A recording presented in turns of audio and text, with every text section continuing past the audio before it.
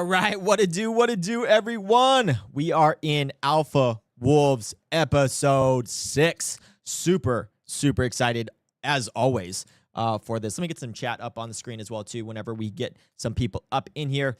But for people that do not know who is our guest list today, it is going to be amazing, like it always is. There's Kalos from Parallel. He's going to be talking about his whole ecosystem, talking about from Colony all the way to Parallel TCG, what to expect. We got Sinjin Jung, the Meiji, the Unk himself. Super excited to just talk to him about just everything. Hopefully we get some hot takes, get some clips on those. And then we talk about my good friend Matt Defies, the crypto Twitter lead at Upptic, but he's also a lot more there. You have multiple hats whenever you're kind of at one of those companies. And then we talk to John Radoff, just an amazing man. Just the way that he has been accomplished the last 3 decades in gaming, early to a lot of innovation. And I'm just really excited to just pick his brain on all of that. And I just cannot wait to talk to every single one of you guys in chat. What's up? We got blockchain game dev. Let's go. Let's go. AE, baby. Dude, I got to be careful with you, man. You got that clipping fingers, brother. I'm nervous that I'm going to be on a GIF for, forever and eternity, but it's definitely worth it, man. It's definitely worth it. And then we also, I know, we have another freaking banger coming on. Shasan, woof, brother. Thank you for the research, dude. We have a lot of people coming in, and next week is already shaping up to be really good as well. I have some feelers out, and we're trying to find a closer for next week, but we should have a good time. And AE first, as always, brother, as always. And then, there he is. What's up, Sky? What's up, brother? Sky.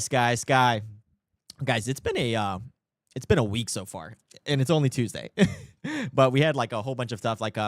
We've been building for a while for me and my wife, and we're closing on a house this week. And honestly, it's just a whole debacle whenever you're kind of closing and you're just kind of doing these things. And yeah, man, it was just stressful. And I'm still stressed. And now I'm stressed about the show and making sure that everybody was good and taken care of. But actually, because I was so stressed, I took care of people a lot earlier than I usually do. So overall, it's good.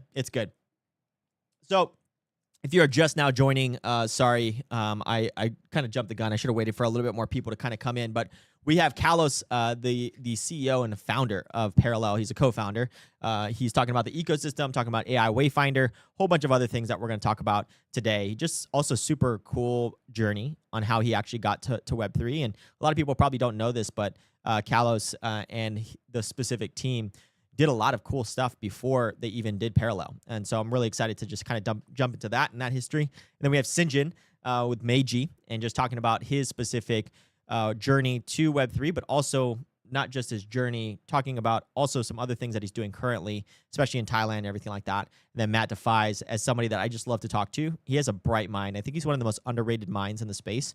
He's very well connected as well, too, and he's just extremely humble. So we're going to try to dust some of that off so we can get some good alpha from him. And then we also have John Radoff, who his expertise speaks for himself. Web 1 all the way to Web 3, just an amazing person. They have a pre-sale coming up here soon, too. So we'll make sure to get those people the link as well, too.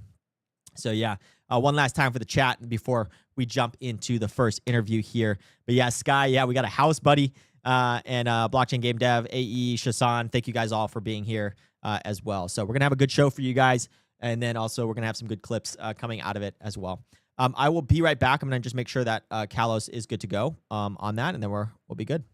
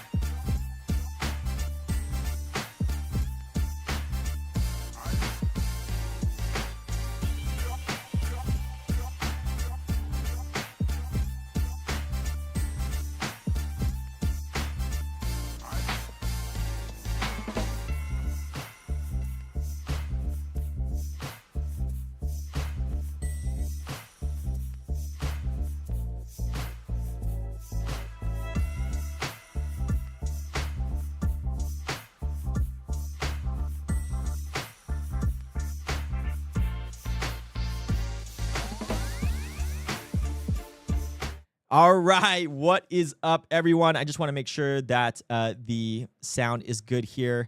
Sascha, can you hit me up with your microphone real quick? I just want to make sure we're good. Check 1, 2. All right, here we go. We are live, and we are here with Kalos, the legend for the parallel ecosystem. But I have a bio for you, and then we can kick this thing off here. Sascha, known online as Kalos, is a CEO and co-founder of Parallel Studios, the company behind the sci-fi trading card game Parallel and an AI game called Colony. With a professional background bridging traditional finance and cutting-edge tech, Sascha started his career with nearly a decade at TD Bank in Canada before leaping into the startup world to build community-driven platforms. He first gained prominence as the CEO of Buns, a bartering marketplace that famously launched its own digital currency to facilitate cashless trading. Since 2020, Sascha has been immersed in Web3 gaming, co-founding Parallel Studios and guiding in the development of Parallel and Colony.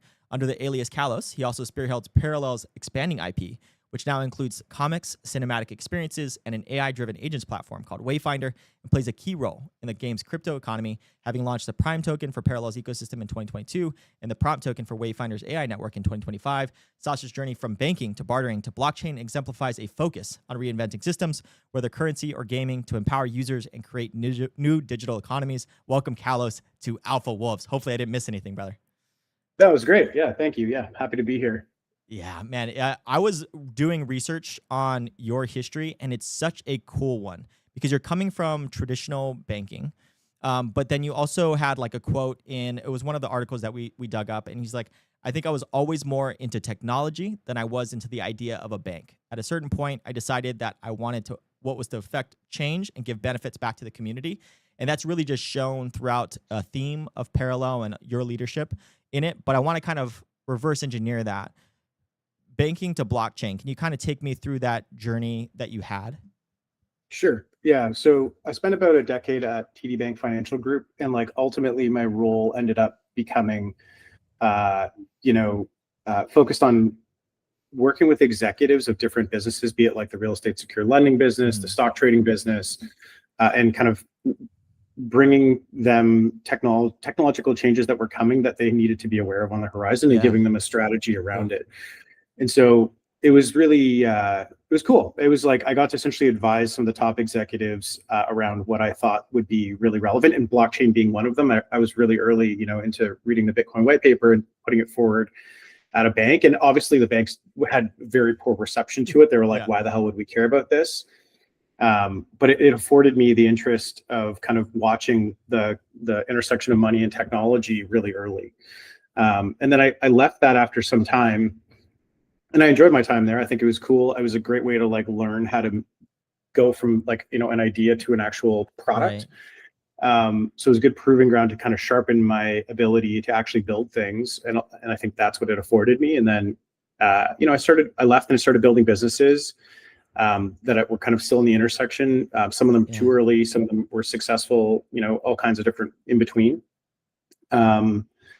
And eventually I just found myself, during COVID wanting, playing games with my friends quite a lot as a social function, and thinking like, and naively thinking, right, like how much harder can building software be than building a game? Yeah. And the answer is much harder. But there is a lot of, it's, kind of transferable skills and information that make it, thinking about this, kind of the right way, doable with kind of some of the background I have. Yeah, and when it comes down to like the blockchain, and whenever you were looking at it, what made you kind of have this like thesis and this theory that like this was going to be something? I know the bank, was very against it, but like you were obviously very pro for it. But what made you have that conviction? Yeah, so it was, I was probably like 2 years out of university, and I was working in the discount brokerage, which is essentially their stock trading arm. It's the largest discount brokerage or stock trading business in Canada. It has a large prominence as well in the United States, TD Discount Brokerage, or TD, TD Investing. And I was working on redesigning the stock trading platform, and I came across the Bitcoin white paper. And the first thing I remember thinking was like, okay, this is incredible. And I took it to some of my, higher ups and said like, we need to talk about this. This is going to be really relevant. And I don't know, like there was at first, because I was being compensated to like think about it in terms of like, how do we position ourselves in this? Right. It wasn't really clear what position to take outside of that. It was like absolutely, breathtaking in its concept, in its ideas. And then the next step was like, after about a week after reading it, I was like, how do I get Bitcoin? Right. And I remember very, very specifically being super frustrated for about a week that I couldn't figure it out. It was very difficult. Like, you had to have quite a lot of technical experience and knowledge to be able to, buy this stuff, early on. And, I maintained an interest in it for some time, and then really, got much more deeply into it around the launch of Ethereum. Right. And I was very early to that. And that's fortunate, because I had a friend who I was talking to. His name's Ethan Buckman, and he was, obviously the founder of Cosmos, and, and a bunch of different pieces of what he's built has been utilized by different networks. And so I just kind of stayed very in tune with what was happening in the development of the space. And so when Ethereum came around, I was, early to that, and participated in that. And I just saw the transformative nature of kind of what was coming out of it. It was like, okay, for the first time you had digitally scarce, and like, it's to us in the space, it doesn't feel that novel, but like, it was digitally scarce assets. It was like, how is this possible? Right. And so, yeah, it was really interesting. I think, like, and I wouldn't like necessarily categorize, banks at the time, at least the bank I was working at, as like against it. Right. They didn't understand that. Like, I think there was some people who perceived crypto as like competitive to the dollar, and therefore, bad. Right. And then you had some people who were really just like, this is a cool little toy technology that like we don't think is relevant. And obviously, look how that's panned out in the last 15 years. No, it has definitely not panned out for a lot of the people that probably thought about it just being like a toy when it comes down to it. And so you really went into kind of the community side of things. And I was like, whenever I read that quote to you, it really stuck out to me, because I'm also a community guy too. But like, whenever you kind of made that leap from TD into like just community technology, you like decided that you wanted to affect change and give benefits back to the community. And did you know like how hard that would be in the beginning? No, definitely not. No, definitely. I'm also you never do. Guy too, that is the beauty of like of an entrepreneur. Is like, you always, like, your ignorance is your greatest strength in some capacity, but then it's like your ignorance gets you in, and then your perseverance and determination gets you at the other end. That's good. Is kind of how I think about it. But yeah, like, I didn't know, and I think like essentially what I had built after was, and I built it with a bunch of different people. Right. Was the system whereby like advertisers would ask for, present you with an advertisement on this kind of marketplace bartering economy. And, if you answer their question, be it like Lyft, who was a customer, and a bunch of others at the time, you provide them some context on yourself, and you'd get rewarded a portion. I think it was like 80% of the total value that we took in, we paid back to users. And at the time, we actually created an ecosystem whereby you could spend these tokens that you got at something like 200, 300 stores across Canada. Wow. And some in the US and some in Japan. And it was really, but it was the first time, and we made a ton of mistakes in that process, but it was like, people didn't quite understand the idea that at the time that you were being rewarded for, in this token, but it was kind of convertible into an ERC20. Yeah. And you could use it on mainnet, but no one did that, because the vast majority of people that used this were just like people who had no experience with crypto. They were like, oh, this is cool. I get to get this extra utility from this marketplace, and I can spend it. Right. And so it had a profound impact. It was a really early idea. I think a lot of now what we think about as like classic reward structures for community members was probably, a lot of those ideas were baked into that, but it was so early that it just didn't make sense yet. And so it was interesting. I think generally, like, I want to make something that, one, people like really love, and like games are obviously, something I really care about. But I think like, how do you create like a rising tide? Is super interesting to me. And I think it comes from a place of like, I know that not everyone has, I just think like, if we can improve people's circumstance, especially with this impending doom of AI kind of approaching towards us, like, what is the solution to the economic model? I think like the more we experiment with those models, the more we have a chance of finding a solution that allows people to kind of succeed and flourish. And I just like the idea of like, I think there is like this intrinsic value in the people who support you, be it monetarily or not. Like, how do you include them? And I think, I don't know, it's just always been important to me. And I try to, and I think it's also important to the network effect of what you're doing, right? It's like the more people that want to benefit from it, the more people that are net promoters and talkers about it. So I don't think there's an answer to any of this stuff yet. I think it's more just like, the lunatics who are crazy enough to Yeah. stay in Web3 gaming to try and solve it are the ones who are left. And we're all kind of, eager to find a solution that both satisfies the desire for people to have some sort of like gambling mechanic, Yeah. be it a gotcha or, a token related one that gives people some sort of reward that is exponential in growth. Right. Yeah. And then also it grows and also is kind of like something that you can attach to like also benefit as the ecosystem grows, that you also grow with it, like you said. Of course. Right? Yeah. Yeah. The rewards, it's not like no one's doing this for free, right? Yeah. Like and like, it's easy to, I think, take the position. It's easy for both sides to take the position almost. And this is where it becomes like dangerous. Yeah. It's easy for like a community member to take the position of like, the team doesn't deserve X, Y, or Z. Right. It's also really dangerous for a team member to be like, oh, they're not building, the community didn't build, exactly, like they didn't contribute the code, therefore X, Y, and Z. And I think like that's just the wrong mentality. I think, as long as there's, the intention is really good to benefit all, and again, like, all a rising tide. I think that's the kind of intersection we're all looking for, is like you have economic upside as a community member, we have economic upside as a studio, and there's alignment in it, and in that alignment, everyone wins. And I think, I thought about this a lot recently because we've designed systems, some of them work, some of them don't, if we're, honest about it. Yeah. And I think, really people will tell you things like, oh, I want to have like utility for this particular token in the application. Like, I'm not actually so certain I think it very much comes back to this whole, like, I don't think the customer necessarily knows what they want. Right. Because, like if you look at the different kind of things you've tested along the way, in our particular case, you end up feeling like, okay, you tried to sync tokens. Okay, you tried to, use them as like a vehicle to have speculative upside on something else. And like you try these different things and they don't really work as effectively as like just a successful scaling game that has alignment back to the token ecosystem. And I think, but it's that's the kind of point I guess I'm getting at, is like, I don't think anyone has the perfect answer yet. I think we're all just trying to figure it out. Yeah, we are trying to figure it out. And I think there also needs to be some grace on like the specific builders that are currently here and also have good intentions to be able to try to figure it out, right? We've all been surrounded by people, especially in the last like specific boom of like 2021, where there's a lot of VC capital that kind of came in, and there was just kind of a land grab for like the money that VC kind of was like, hey, willing to pay out for people that wanted to experiment. But as like conviction started to kind of get really hard to hold, people started to kind of like buckle under that pressure. But I think it's a good thing. I think it's a good thing, if I can interrupt. Yeah, no, go for it, please. I think and I come back to this, is like, I think your roster today is great. Like, only the lunatics are left. Yeah. Like, there's probably like 5 of us left who are like, no. Like, everyone can, it doesn't matter what the outside world says in the end. What matters is that like we work towards a goal that we think is a viable solution to the problem. And I think like that is a good thing in some capacity.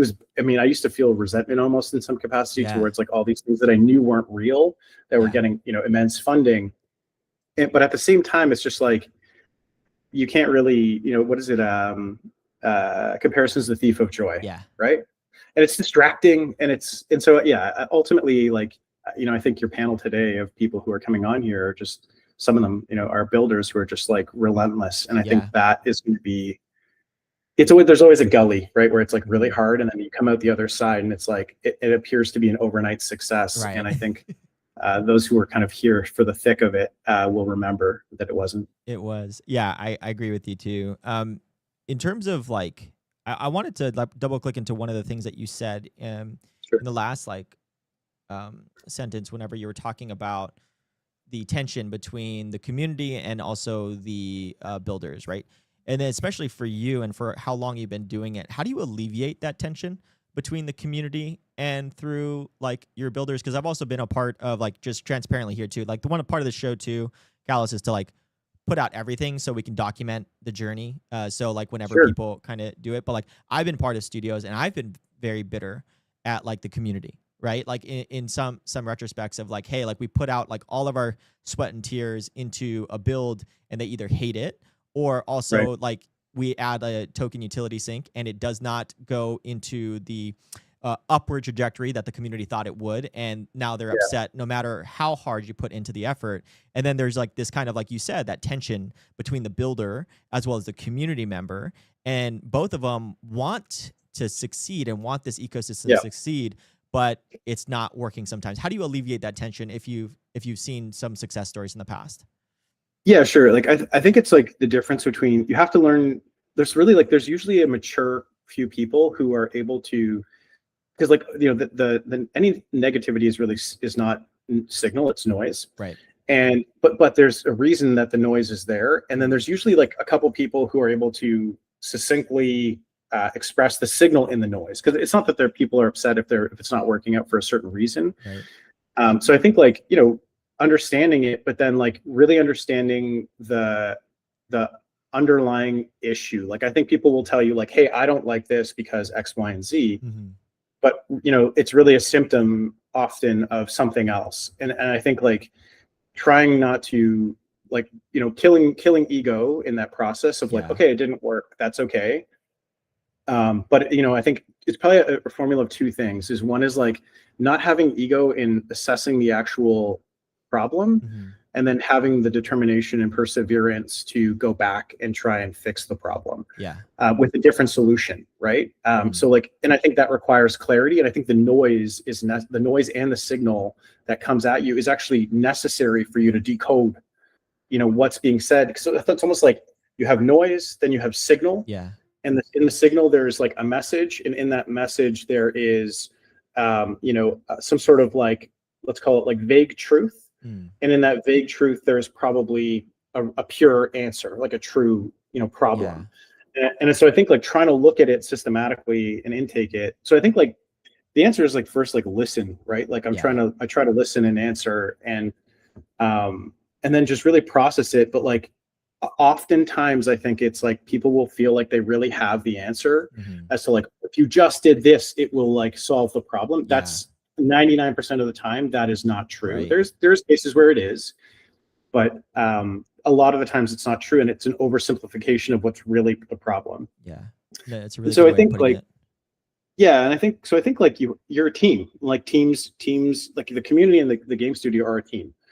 And I think the more you treat it as such, and like don't take offense to, I mean, there's definitely times where people are inappropriate and cross the line. That happens. But the more you try to just like not allow yourself to become bitter or desensitized to the fact that someone has something to say, I think is really valuable. And I think having that mentality consistently, because when you're doing great, everyone loves you, right? When things shit the bed, everyone hates you, but like really what you're trying to hear is not people hating you. You're trying to hear like, okay, but like what do we do about it? And you have your own thesis, and the community has their thesis, and somewhere in the reconciliation of that piece, that kind of collective information is a truth, and that truth can actually solve things. I love that. That's well said. I also just like loved your little just kind of like the layers of truth in which how you get to it. Cause it can be so much noise that sometimes like builders or people just shut down, right? Cause they become paralyzed. And it's also very difficult to kind of get yourself out of it once, get to a point where like you have like this feeling. But I want to maybe get into really parallel and how you kind of ended up deciding to go from just a single game of a TCG into like a whole ecosystem. And I wanted to kind of just jump into that of like parallel TCG, very successful, but like in terms of what you wanted to do just from a single game into a whole ecosystem and a whole world, why did you want to decide to do that? I think it's just like there's a couple like base pieces of like fact that hold true, and like one of them being well, first off, I think there's a beautiful IP, and I want that IP too. And it's not just like, it's not a shallow IP. It's got like, people love some of the characters, and I think like I think we have to like be honest with ourselves at times. It's like, okay, like card games are not for everyone, and so like how do we build games that have mass market appeal outside of a really good strategy game? And the card game in and of itself is fantastic. But like, we were building the cards in 3D and then flattening them. And so we ended up having this massive repository of assets that were 3D. And so like, why wouldn't we, if we were spending the money to create them in 3D already, but flattening them for a card, why wouldn't we look at that as like essentially latent value that we can, put to something with additional investment? We could put it to something to put it to use. Was there a reason also you decided to do that element first? Was it because you also it was just a byproduct. It was actually a happy accident. The artists were working that way. Amazing. The artists were doing that naturally, and then they were flattening them. And so I think, and then it became a question of like, okay, we have these assets, what do we do with them? Like we've already spent, to develop this IP this way and the cards this way. So we have this kind of value that's locked up and not being used. And it becomes a question of like, okay, what kind of game do you make? And like, I think we hit a point where the more I thought about it, like you'll never beat the category creator, right? Like whoever creates the category owns the category, and like they own it, and it becomes like a legacy, right? Like you look at Diablo, you look at, any category creator, and if they really own it and they have like 3 to 4 decades of dominance in that category. And so when we were looking at it, we designed an ARPG, and we were like, yeah, but we'll never beat Diablo at it or whatever. And it was like, I think we hit a point where we're like, okay, we need to do something entirely different with it. And that's kind of where Colony came about. It was like AI started to emerge as like this kind of character personality you could talk to. You can use it to generate assets, and like figuring out the problem of putting assets in real time into runtime. We figured out with Atlas and Google. And so like we started to solve these technical problems, and we're like, actually, there's something here. And I think like the alpha of it, which is in, on the Solana devices, is like super early cut. And I think like the work that's coming down the pipe is actually going to make it like a full loop, really tight game that will, fit into the category of like Last Shelter Survival or something to that effect. And so that's a more mass market game. And I think like it happened as like a happy accident, the asset creation, and we felt like we had this kind of capital that was already deployed to creating these cards, but had created this 3D repository. And we're like, well, this is cool because, we can use these items to create something, and it'll cost us half the time and half the money. Colony is by far my favorite. Well, like you talked about mass appeal. I'm not a TCG guy. Sam's the TCG guy.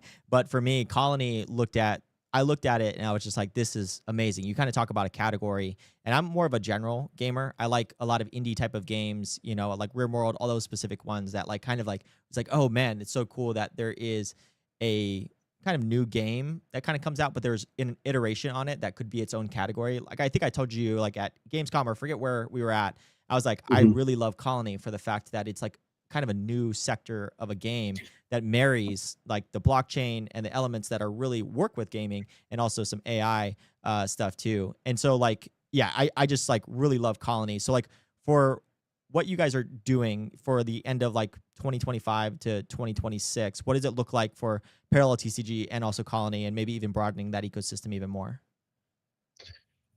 Yeah, sure. So I mean, there's Parallel TCG. So, okay, on TCG side, I think like we've gone long enough without like really strong rigor around UX and UI. And like it's gotten to a point where, and there's massive stuff that's going to come out on that side. Full redesign of play field so that like people feel like it's on par, if not better, than streaming and watching Hearthstone. Like it needs to feel alive. Cool. Same with all the menus and the UI and UX. I'm like very deep in the work to oversee the recreation of that work, so that when we do go to mobile, which is coming, we look and we feel on par with the best in the game. Like that is now, because like the game itself is great, but like the game, if you play TCGs and you like TCGs, the game is actually really good, but the play field feels a little, motionless, and it needs a lot of love, and the menus feel very, kind of they feel as though we made the transition from desktop to mobile and made a bit of a mess. And so we're fixing that. Gotcha. And then on Colony, I think like, if you love Colony, so I think Colony is probably, one of the most interesting things as well. Yeah. I think like, on Colony's side, I think that like what it's lacking is really clear progression system. And I'm just going to like say the things that I believe are true. Please. So like, I think it was lacking a really clear progression system and objective, and a game loop that was repeatable and addictive. Yeah. And I think what we did is we did a lot of work to look at, how we can take what we're doing that's unique about Colony and fit it into a model that is extremely valuable as from a market size, that we can compete and win market share from, because of the unique functions, be it talking to your agent like you would a Grok companion, and or using Skipjack or one of the kind of agents that you can talk to create new items in game. So like if I want to say like create me a gun, and this gun is like rare or legendary or better, and then I can use that gun and then that gun, like I think like finishing that loop and getting that piece is kind of a big piece that we're working towards. And that way it feels more like a game, more familiar, but still very unique. Right. And so I think those are two major pieces, is like, a pretty massive overhaul on the UX, UI, and playfield for TCG, and putting it into phones, so that we can feel really proud of the work there. And then and be able to market that and scale that, because it needs to sit against its peers in the market. Right. And look and feel the part. And then the Colony side, I think bringing that game to its like new target state of a really clean game loop that's super fun, and so it's kind of like a combination of like I call it charge combat meets a base builder. So I think that's really important, and that's kind of the next major piece that we're pushing into that team. And then I think like I recently saw someone say something really funny. I mean, it was pretty mean, but it was funny. They're like, "Oh, Sanctuary, which is like our extraction shooter, looks like CS:GO like 5 years ago or something." And I was like, "That's pretty funny." But it actually, like, the last version people saw is like, pretty dated in comparison to the alpha test that's coming out. So I think we're going to go into alpha for Sanctuary, which is our extraction shooter. Cool. And again, those same assets that we talked about, they inform and kind of absorb a cost because of their existence from Colony and from Sanctuary. So like, it becomes extendable, but you can't take on much more than that in terms of like gaming. That's like a lot already. And I'm like doing very, very long days with the product teams to clean all this up. But yeah, I'm like super excited. I'm like actually feeling like, is it like, do I think that the better days are ahead of us than behind us? Like I do. And like, the market may not say that. Like, and there's all kinds of indicators that say whatever, but like what we're doing is unquestionably the exact right things to be doing. And I think that the products that are going to come out of the hard work that's being done, both informed by the community's noise and signal and our own interpretation of that, is going to be an absolute banger for TCG and Colony. And then it just turns into a strict marketing machine. CAC, LTV. What is the customer acquisition cost? What is the LTV? It's like a quarter. It's a machine, right? You want to build a machine where you put a quarter in and $1 comes out. And the more quarters that go in, the more dollars that go out, the better off the studio is, and the better off the economics of the token are. And so I think our goal is to build the perfect quarter to dollar machine. Yeah.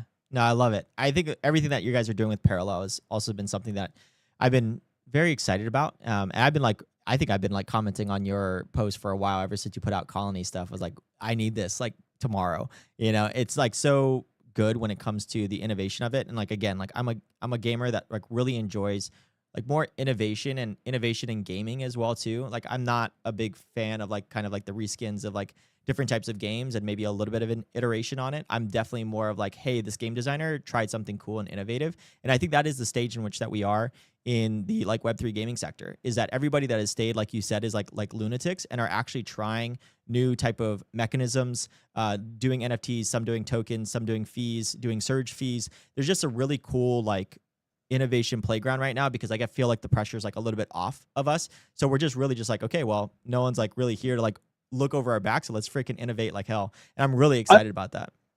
I think it's actually twofold. I think part of it is the pressure's off, but the pressure's on too, right? Like I think it's kind of both. Like it's like now's the time. And I think I have like a pretty maybe what's the best way to express this? Like a controversial take. Do it. I actually think like the more we build these games, the more I think like, why are we fighting for people to care about NFTs and crypto? And I think like, I think the better way is like really just like winning the hearts and minds with a good game, and then progressively over time off client, even if necessary, showing them the value. I think like, I definitely think more and more that is the actual vehicle by which we scale. Because like, it's almost a funnel, right? Like you must first bring people in. And if your welcome sign says, welcome, we have NFTs versus just like, welcome, we're a great game. I think like your welcome sign is flawed, and therefore people don't come into your store. And so like, the more I think about it, the more I think like we have to win as peers to traditional games. And like, I think you'll see us shaping up to do that. And then allow people without imposing even at all the choice of ownership, and that way the ownership is kind of learned and adopted naturally rather than like an argument. And I think like the Hearthstone and Parallel battle was a great example of that. At one point, people were like, I don't want to own my cards. You're like, but you're paying $100 for a Hearthstone set and you don't own them, and you can't, even if they're worth $2 after, it's better than worth nothing. Right. And it's just like, why are we? And so I think the answer is like, just make a real, again, come back to like, make a really great game, and don't try and, impress the importance of the technology underneath it, what you're doing, and allow people the choice ultimately to transition into that. Yeah. It's like, and that's better for everyone, right? That's scale. It is. That's how scale happens. It is. There was, in terms of Paul, I think it was Paul Bettner that me and him were talking in Singapore once, and he was like saying there has yet to be like a specific game that if you put it 1-to-1 ratio of like, hey, this game is just as fun as this game, and also this one has like ownership and this one doesn't, then, you can start saying that like maybe Web3 gaming isn't going to work out. But until that happens, there really isn't a opportunity for us to say that this is not going to work, right? Agreed. And that's really what you're kind of saying, is that there is a element of here of like, we need to just be able to be on par with our peers, not be in this like niche and hide in this niche of like Web3 gaming, just like, hey, we're just gaming. And then if you want to have all of these like, benefits, then you can. And that's also like how like FIFA Rivals, NFL Rivals, and even like Pudgy's specific one, even Night Crows, any of those ones that are in Asia as well too, these ones are doing like later down the funnel. It's like pretty much a whale game, right? So you can have like this specific element in which that you can trade, and they generate a lot of fees through that method of whales trading at the bigger end of it too. And so really excited about that. Kalos, do you have like room for one more question before you go? Yeah, go. Yeah, okay, I got time for you, man. I got all the time in the world for you. I appreciate you, man. You also are somebody that has his eyes very much ahead in terms of like what's coming. And one of the questions that I had selfishly was like kind of like what you see with like the AI landscape, because you are actually building at the cross section of a lot of different things, right? Blockchain, AI, as well as like gaming, right? Which I still think gaming is a very progressive and a very like creative sector, right? What do you see with those three, and even with robotics or any of those specific ones that you want to kind of take it? What do you see in like maybe 5 to 10 years when it comes to it? Yeah, I mean, on the horizon, what we essentially have coming here, right, is we've got, and let's just assume for a second we have, these models continue to improve when we reach a state of AGI, and then you assume that like, all the job functions, like if everything's trained off of data, robotics are essentially going to be trained off of like tutorials on YouTube of people building houses, and so essentially now you're going to take the brain, put it into a body. That's why it matters. It's like. And the form factor is going to be humanoid. And the reason the form factor is humanoid for robotics is because all of our tools in the world are built for humans to use. And so then you have this like mega problem, a macroeconomic problem that no one knows how to solve. And like people will tout UBI. And this is actually one of the first startups I built was around this essentially, is like, how do you accrue value to people, some sort of form of UBI? But the answer is like, no one knows what happens when humans aren't necessary in the economic model of creation and productivity. And so we're racing towards this. AI is racing towards this in intelligence. Robotics is racing towards this in two factors: military applications and humanoid robotics for productivity. Right. And we've never been moving faster. And when you marry the two, they accelerate. And so all of a sudden, we're going to find ourselves in this future whereby robots are doing the things that we would normally do. Software or AGI is doing, or AI, whatever you want to call it, is moved on from its current state of being an efficiency lift to us to being replacing. And then it becomes a question of like, so what do we do? and what happens to the economy? What happens to money? What happens to like, how do people survive? And there's really a couple different theories on this. I know some of the takes I think are pretty dark, and I like, they're doom porn. Right. But I think like ultimately, in the shorter term, we're going to see this convergence of AI and crypto, where, and like I think recently the Bankless guys were tweeting like the next thing is DeFi and DeFi AI or whatever, and crypto. And I think like that's very much what Wayfinder is doing. Right. And as we've been building these tools in Wayfinder, I think we've been looking at it like, more and more so is like, how do we create, first we were like, how do we create a transactable agent? We did that. Then we were like, how do we create an autonomous agent that can transact? And we did that. And then we started to realize like what people really want is somebody else to create a strategy that is good and performing, and then be able to deploy capital to it without any counterparty risk. The autonomous agent executes the strategy for them, and they can move in and out of it as they see fit. So like, I don't know how all this marries up just yet to the like super long thesis of like 5 to 10 years. But what I do know is that like, we will be outperformed in every capacity by AI, including crypto. And like, you saw that DeepSeek recent model, I think on BitTensor tried to put these models against each other. That's novel and interesting, I think, and fun. But like ultimately, just retailoring that AI specifically for that function is going to outperform those models in their base state 10 to 1, if not 100 or 1,000 to 1. And so I think like what we have on the horizon is games integrating AI, interacting and integrating with crypto, and then AI disintermediating everything in our lives as we understand it. And I think like Ray Dalio, Balaji, there's like 2 podcasts I really recommend everyone listens to. One is Balaji talking about how power, like military power, will shift from the center to the robotics manufacturing sector, because you can make more robotics than you can have humans, and therefore that will win the power war. But then the decentralization of money doesn't move to a new center, money moves to decentralization. Right.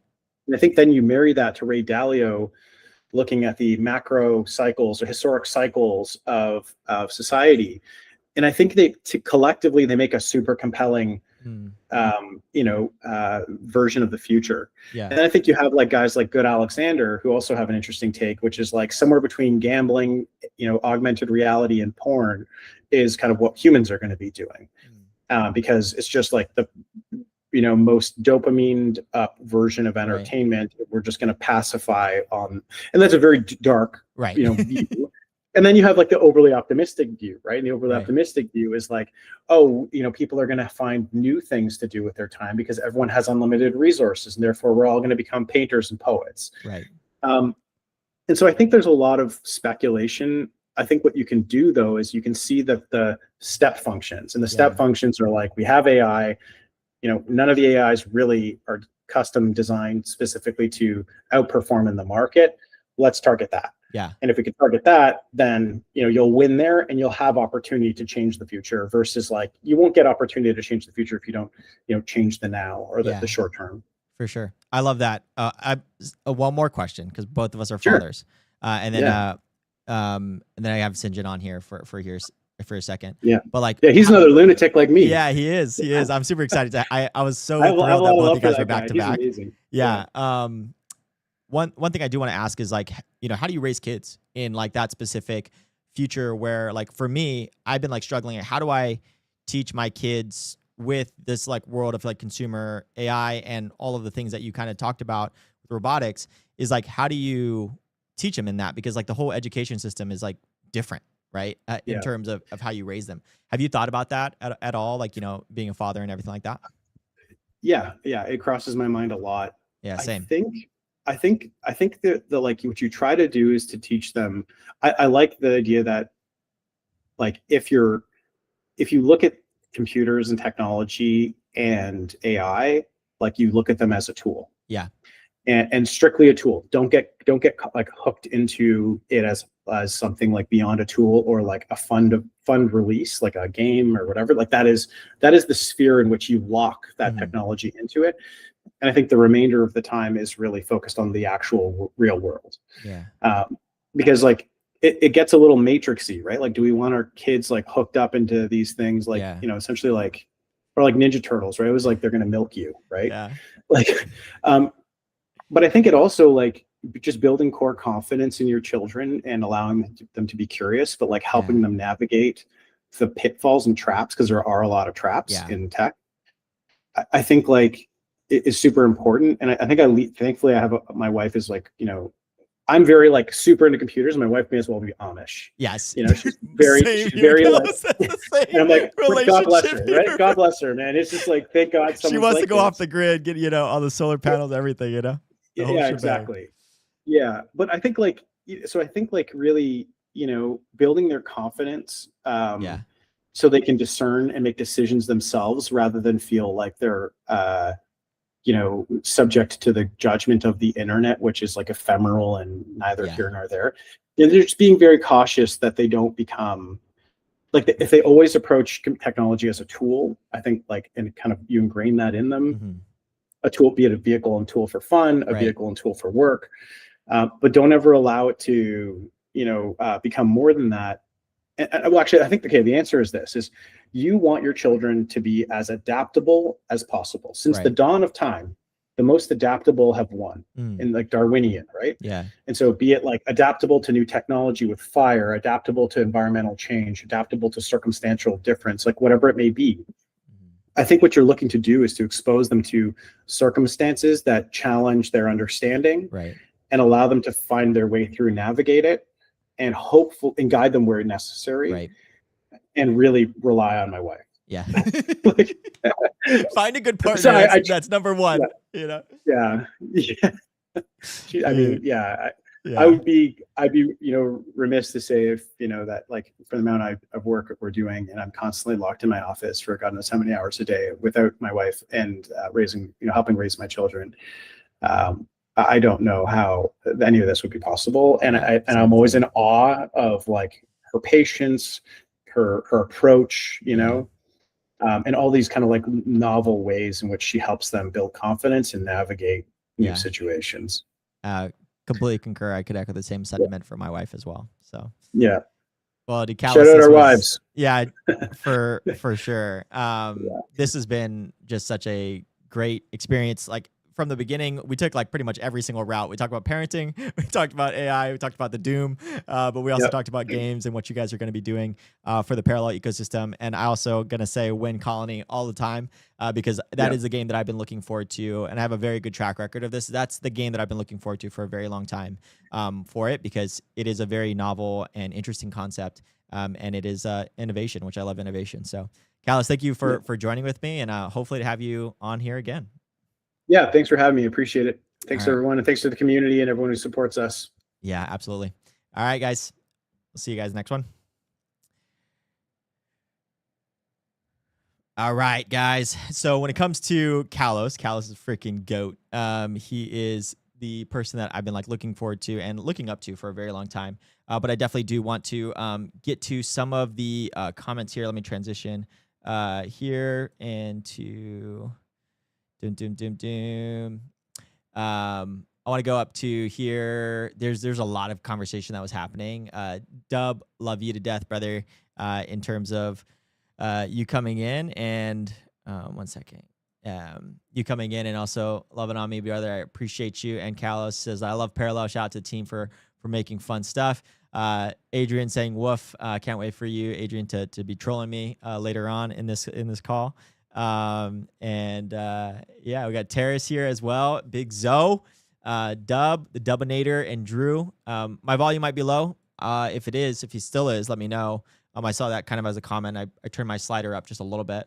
But yeah, Terrace, you're talking about not huge on TCG, but RTS, Forex, Econ Games, yes, big time. I'm like super big on that as well too. So whenever it comes to talking about that stuff, like especially within Colony, I cannot wait. I cannot wait. Put me in, coach. And Dub is saying TCG is in a great spot. Really enjoying the latest expansion add-on. Seems like there's a lot of cool specific things that are coming in for the patch as well too. Yeah, and there was like a lot of like yeah, a lot of people were talking about the robotic specific stuff that when me and Kalos were talking about it. Balaji's big on drones. Drew says I'm big on Shasan. Crap, wrong chat. Freaking hilarious, Drew. Excited for John to come on for today too. Yeah, my coworker passed the last 2 years of high school getting all the answers from ChatGPT. She cheated herself out of an actual education. It's actually scary. She literally doesn't know a lot of stuff that she would have learned. Yeah, it is kind of scary. I think that's like really what it comes down to. And even as a parent, right? Like you're trying to figure out where it's okay to introduce some of these tools, like Kalos was kind of talking about, right?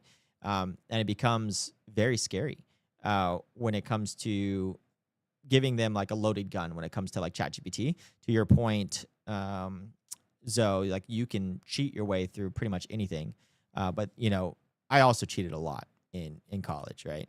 So it depends on like what you're cheating, and if you're actually like, unfortunately, cheating yourself out of education, that's going to be huge, right?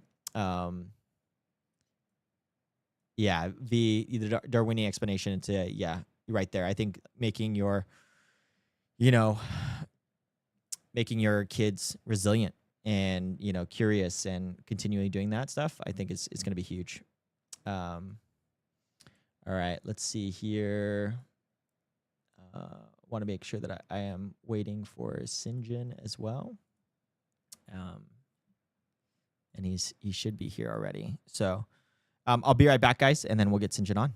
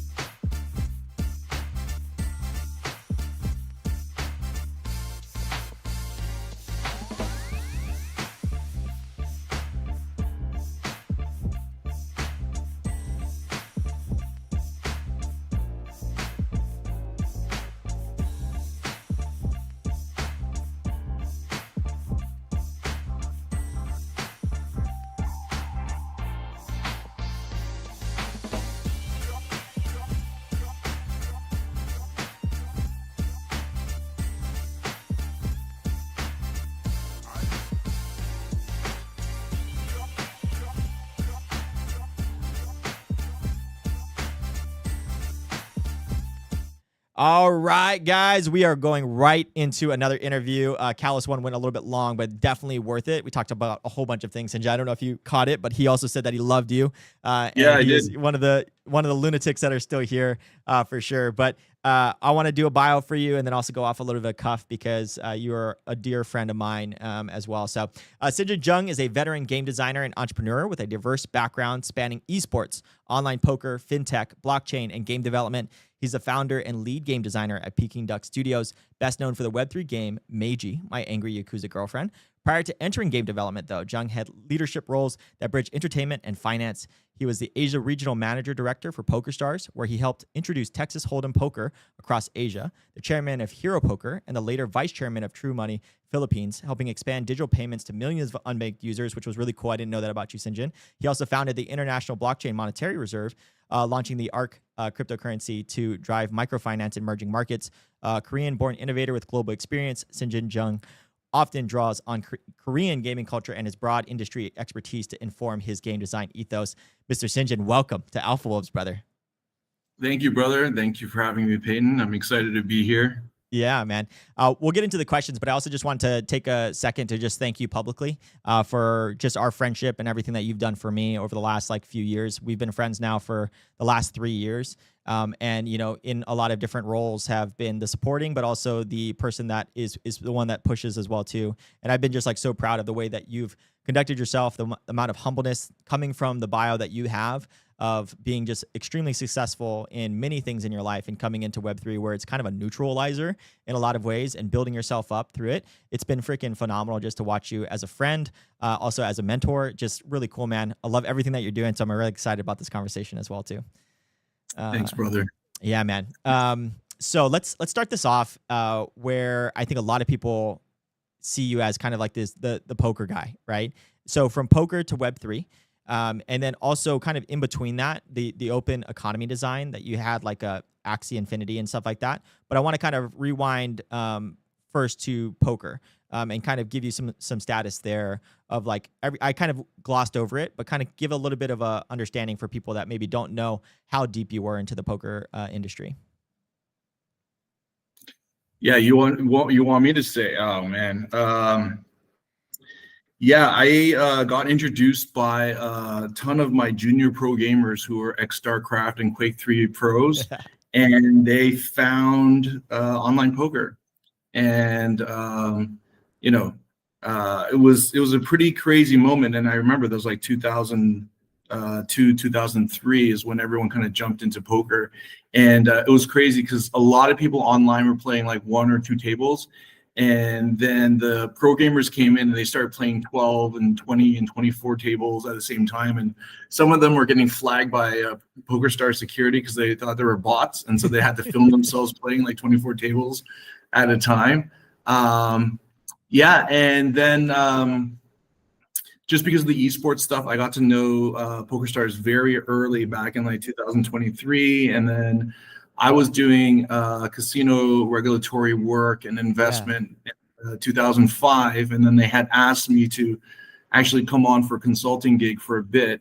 And then after I finished that, they asked me to come on and be the regional manager and then regional director by the end of the year. And so then, I took over there. And so like Johnny Chan, we're tight.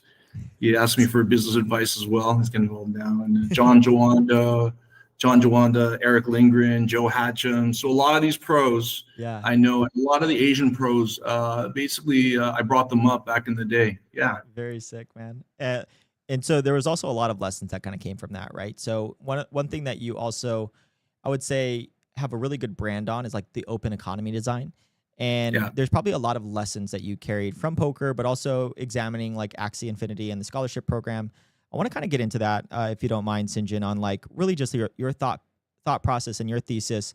And I think it's a very unique one because I think a lot of people come from kind of more thesis, maybe thesis creation, not a lot of experience, obviously, because we're a new sector, but a lot of the open economy, you know, if you kind of put a parallel to it, is from the gambling open economy design specific ethos. So want to kind of pick your brain on that. Like what lessons did you carry on from poker and the fintech world into like kind of game development and how you're developing your open economy? Yeah, well, specifically, like you have like online poker and you have like casino games, and they're fundamentally different. Like poker is peer-to-peer, and you know, casino is like fixed games or variable odds with like a sports book. But one is you're playing against the house directly, and in poker it's, you know, peer-to-peer. It's you're playing against players, and then the house is taking a commission. We call it a rake. Right. And in poker specifically, though, it really is an open economy, and it's the same thing with casino and stuff like that. Right. Money's coming in and money's coming out. The thing that balances those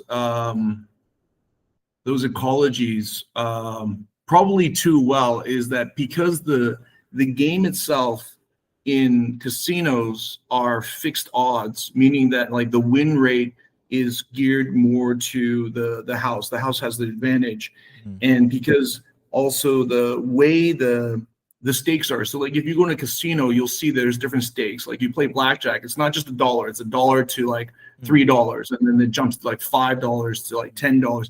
This is all done on purpose, right? So that you change your betting habits, right? And then you chase your losses and you try to chase your whatever. And then if you hit into that area where, you know, obviously you're going to lose more times than you win, that's how the casino takes your money. But in poker, it's different. Poker, like online poker, traditionally was something like 2.5 to like 3.5, 4% rate, depending on like how high the stakes were. Mm-hmm. And you would just play against other players. But, you know, the key takeaway there was originally everyone was a fish. Fish meaning in poker, like everyone is an ATM. They just like call everything, you know, it's like, if we were playing poker in the US before 2005, it was like shooting fish in a barrel. I had my friends basically play from like 11 p.m. to 3 a.m. because that's when all the drunk guys would come home and just basically splash out their money, right? Like it was pretty much impossible to lose. And so at that time, there were not very many professional online players. Back in 2005, there was this debate whether or not online players will ever be as good as live players, which seems hilarious now because basically there's a saying that you need to see 10,000 hands to really understand the flow of Texas Hold'em poker, right? But when you're playing online poker, you go through those 10,000 hands so quickly. Like online poker, you're going to go through something like whatever, like 60 hands an hour, whereas in live poker, you're going to go through like 25 hands an hour, right? But the biggest thing there was like sites initially really catered to grinders, players who would just like basically play all these multi-table games and just basically grind the site, because the websites would make money from the transaction fee. So the more transactions there were, the more money they would come out. But what ended up happening was that who's providing the money? It's all the fishes that are providing money, right? And if the fishes basically get drained all the time, because you have something like originally, let's say in 2005, 95% of the players are basically fish or amateurish, and 5% are like okay, right. But get down to like 2014, right? That is like around like 30% are really good with like different tools and stuff like this, and then 70% aren't that great, and the 70% are just annihilating the 70%, right? And so then it became an issue that the acquisition cost that originally was like $75 per acquisition was shooting up to like $500, $600, so on and so forth, right? And the model wasn't becoming sustainable because, sites would bring in all these fish and they would just basically end up getting annihilated. Right. And then the entire ecology would just start to die off, right? And then that's when I would say probably around like 2014, 15 is when poker sites started making really big changes to randomize tables, allow players to not hunt other players so that they could manage the ecology of it. And so that was like a key learning that already in poker, we had already kind of known that you have to balance the inflow, right? More than anything else. The other thing though, too, is like in online poker, like everyone is what we call angle shooting. Okay. It's like they're always trying to take advantages here and there. So for design, like that kind of had to be really inherent in the design. So like I look at a lot of other Web3 games and they're like, we'll deal with fraud or we'll deal with collusion after we're going to deal with it. Games like Call of Duty or Counter-Strike have a lot of bot problems, right? It's like kind of dealt with not inside the gameplay, but outside the gameplay. Right. And so one thing that I knew that if it's like an open economy system that, the game has to be designed in the gameplay to reduce fraud, reduce player collusion, but also that, player progression and giving this sense that, every player has a chance to kind of like in poker, like you could sit down with a pro and just be a total noob, but you decide whether or not you want to risk that. Right. So elements like that where, we're keeping things very open and accessible, but yet people can decide on their own progression. Yeah, those were like the main elements, but also really focusing on creating a game that would benefit like a very balanced ecology right off the bat. Yeah. So in Web3, everyone was kind of going for, I guess you would call back in the day, the grinders or the pro players who really extract it. And then in the short term, it's great, right? But then how do you replace the ecology of the players who want to play for fun or who are depositing whatever? Yeah. The fish in your specific thing is like you need to have a reason why the fish can retain versus just like they come up to the casino or whatever game it is. Let's maybe not even use casino, but let's just say they come up to a game. They can't come in, they're ready to spend, but that spend gets taken like right away. And like, that's not a really fun feeling, right? Is that what you're kind of saying? Not at all. Yeah, absolutely. Like, who the best players were the policemen and firemen. Because every 2 weeks they would, without fail, deposit $200 to $300 every week just to have fun. Yeah. Right. And you would say, well, wouldn't you want to have like the whales who come in for like, 20, 30, 40, 50K? No, because those guys are coming to like take their bankroll and spread it over like 8 tables of 6-handed, $1, $2 and like totally destroy people. Yeah. Right. Whereas these guys are coming in and they don't really care if they win or lose. They're looking for the entertainment. But if they win, it's great. Right. Right. And that's the kind of players that you really wanted to get. And I think for me, I've always looked at like high value players, like, in mobile, like you look at it free to play, like only like 2% or 3% monetize. Right. But coming from where my background is like, if you don't deposit money, if you're not like a player who's contributing to the ecosystem, you're not my player. Right. So like cutting those players off immediately or not looking at them as low, high value players. And I guess the last thing is really that when I left in PokerStars in 2010, we had average hourly concurrent around like 15,000, and we had about like 120,000 uniques a day. right? So those are really small numbers compared to like mobile games or a lot of like hit games like Dota or Counter-Strike now, right? Like maybe like a fifth, Right.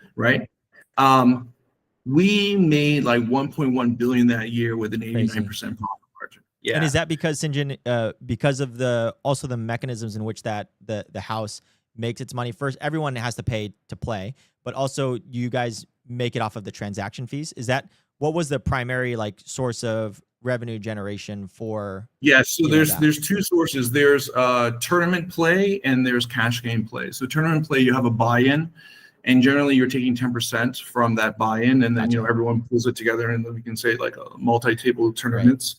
But that only composed about 30% of our revenue. 70% was really coming from cash games, where every hand, the dollar value of the chip is what it really is.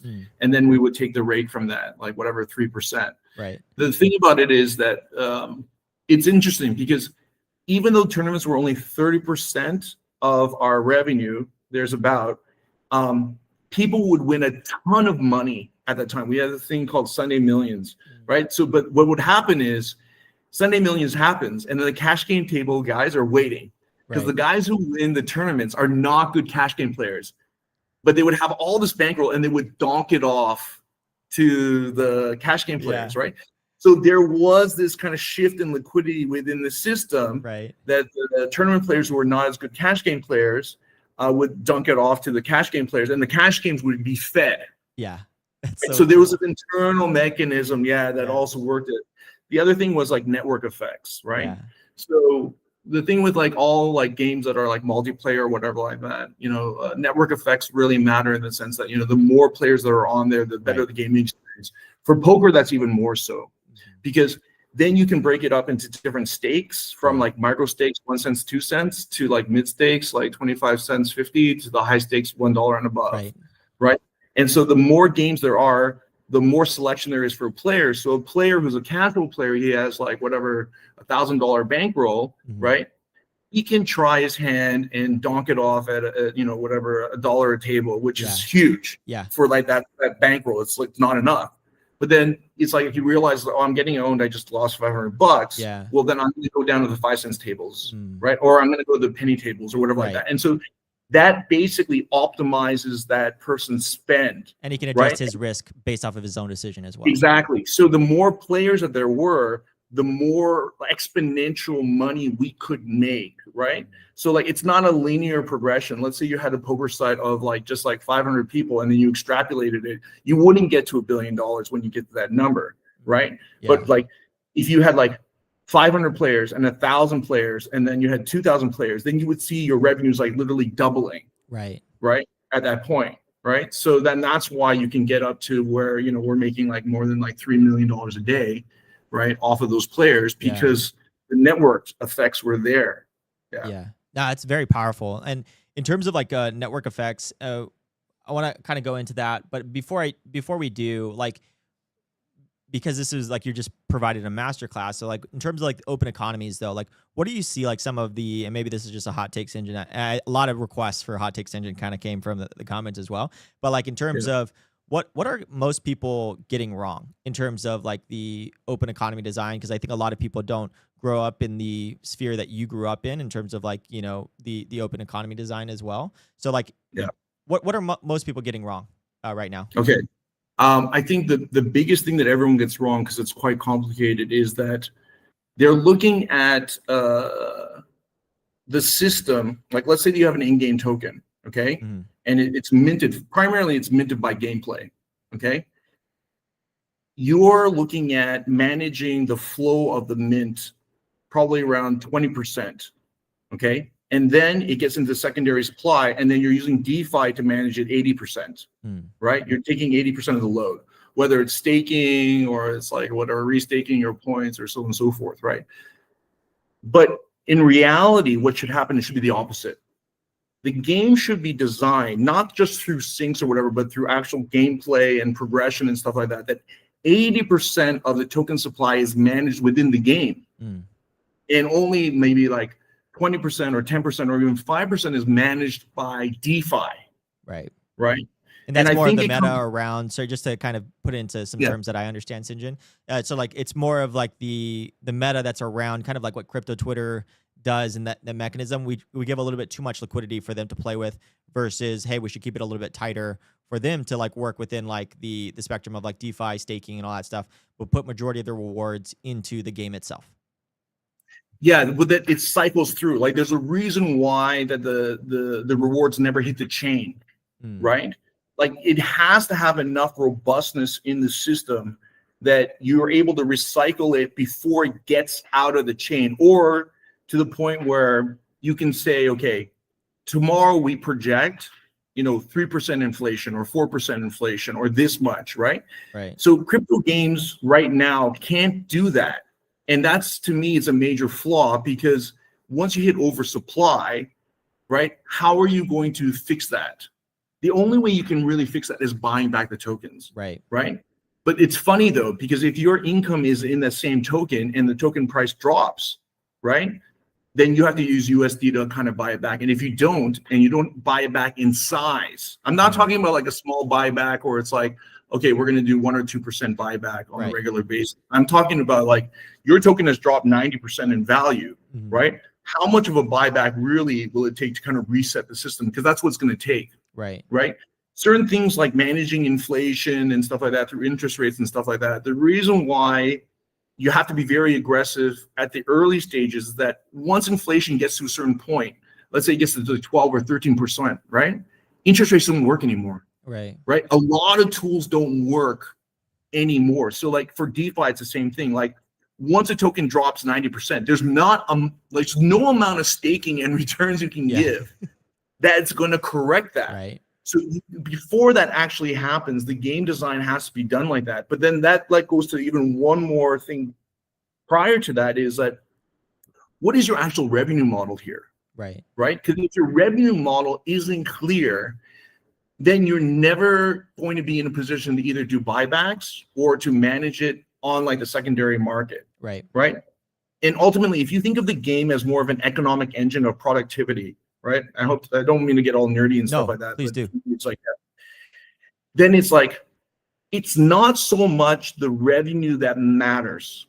It's the growth of the game and the growth of the revenue that matters, right? And then profit can always be adjusted, right? Like you can get more profitable and so on and so forth. There are two different models, like a revenue model and a profit model. But most Web3 games don't actually have a profit model. Like if you look at it and you say, okay, our like revenue model is actually like free to play, okay? But being in Web3, nothing really contributes to that, right? And in fact, you're giving rewards to the 98% of people who are not, giving anything back to the system, right? And the whales are only giving X amount, right? Then that model is just basically screwing you, right? That free to play model will never work in this way, because of, not because you're not making revenue, it's because the liability that's created on the secondary market, right? Yeah. So, this was like really where I feel like, just to double click before you go into that, the liability of the secondary market you're talking about, and apologize, Sinjin, if it's like, I'm also learning here too. So like in terms of the liability of the secondary market, you're talking about mostly them really selling or constant sell pressure on this, but also not really contributing to the engine of the game, right? Yeah, okay. Absolutely. Right. So like, it's not so much the sell pressure, right? Like there can be like liquidity out there, but when the supply is out there and it's just ready to drop at any time, right? And people are speculating on it and there's no reason to really bring it back into the system. And that's like the downside of DeFi, right? So like, let's say that you have the tokens that's out there and then you're staking the tokens, right? So fundamentally, you're kicking the can down the road, right? Because the liabilities are going to be increased, right? If you don't have a compelling reason to take someone to say, okay, instead of staking it, I'd rather use it in the game, right? Then you're just compounding that like supply issue, right? Now, of course, the supply issue is going to keep going, and that's okay if the game itself is growing in revenue, right? And so if the economic engine itself is outpacing in terms of growth and what people's expectations are and so on and so forth, right? Then them coming back and investing back in the game or progressing the game where they feel like there's going to be much more progression. Like these guys have like 100 devs and they're hiring 100 more after they've launched, after they've done the GG. This game is going to be so much bigger. My assets are going to be worth so much more. I want to take my money out of the staking and I want to put it back into the game, right? And now that sounds like total fantasy in the way that everything's been operating the last 4 years. Yeah. But what I want to say is because no one's really taken that hard line and really understood like what the end game or what the dangers are and what the effects are of oversupply. Right. They're not understanding. They're pretty much living in a like world of ignorance in terms of this stuff. You understand mostly like, hey, this is table stakes. This is like what actually happens whenever you introduce like a secondary marketplace. I think you have that famous specific quote as well too, right? You can't iterate on an open economy. But like in terms of that, like everything that you're saying makes so much sense, but like we have not like really taken that to heart and built for that, right? It's mostly been like, hey, no, like this time it will work. And it just never does because of all the things that you just mentioned. Yeah, and the other thing though too, it is really a long-term mindset and framework, right? Yeah. I mean, if you think about like there's growth and then there's sustainability. And sustainability when it comes to like business strategy or modeling is actually the most advanced form of modeling, right? So most people who are strategists probably not until their like mid-30s do they really understand how to make a system sustainable because they're trying to like survive and they're trying to grow and they're trying to make revenues, but like making something sustainable. But in this case, if you have a floating token inside your game and you're not able to create some level of sustainability, right? It will erode the whole system because ultimately the token is related to your incentive. Now, like the conversation that we're having is, I think, very contrary to everyone's wisdom at this point where everyone's saying tokens can't work, doesn't work, like it's just foolish to talk about it. And I'm saying like, we've never really had a conversation to really talk about it seriously, like a serious conversation, because everyone's mindset is just so short-term speculative, right? And in a short-term speculative market, yeah, it exists, it's great for kickstarting, right? But no economy actually lives and produces, right, on a speculative economy, right? There needs to be fundamentals that actually happen for there to be like massive growth. I mean, United States had many, many moments of speculation to kickstart the automotive industry, the railroads, oil fields, so on and so forth, right? But at the end of the day, there was real product and real innovation that was created that sustained, to the next level. Unfortunately, if you're always short term, you just never get there. Right. So what is the solution to that in terms of like being able to understand, let's say that, okay, I get it, Sinjin, that is what we have to do. And maybe we just have more discussions around that as well. But like in terms of the sustainability model is kind of also like what makes my mind kind of go once you were kind of talking about it is like, well, games usually are not sustainable. Like the Counter-Strikes, all of the World of Warcrafts, those are like outliers. They're not the ones that, happen consistently. So like, is it mostly like an ecosystem in which that like you're always making games that are doing this? Like what is the solution that you've maybe like have thought about? Obviously maybe not put into practice just yet, but like have possibly seen that this could possibly work.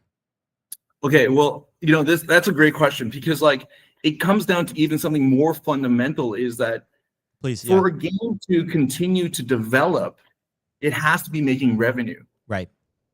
I mean, that's a very simple statement. But if you think about it, like certain games, like they could have continued to develop and like more downloadable content and more robust live ops, right? But they were just not making enough revenue. Yeah. Right. And so at the very key of things, like whether or not it's like Counter-Strike or whatever, so on and so forth, right? They're still making revenue. Now, they're lucky in the sense that, not lucky, I mean, they're fantastic games. Yeah, I know what you mean. Yeah, that they were making that profitability, right? But so in terms of like Web3, right? Like the speculative has to kick into a real revenue model that actually makes revenue.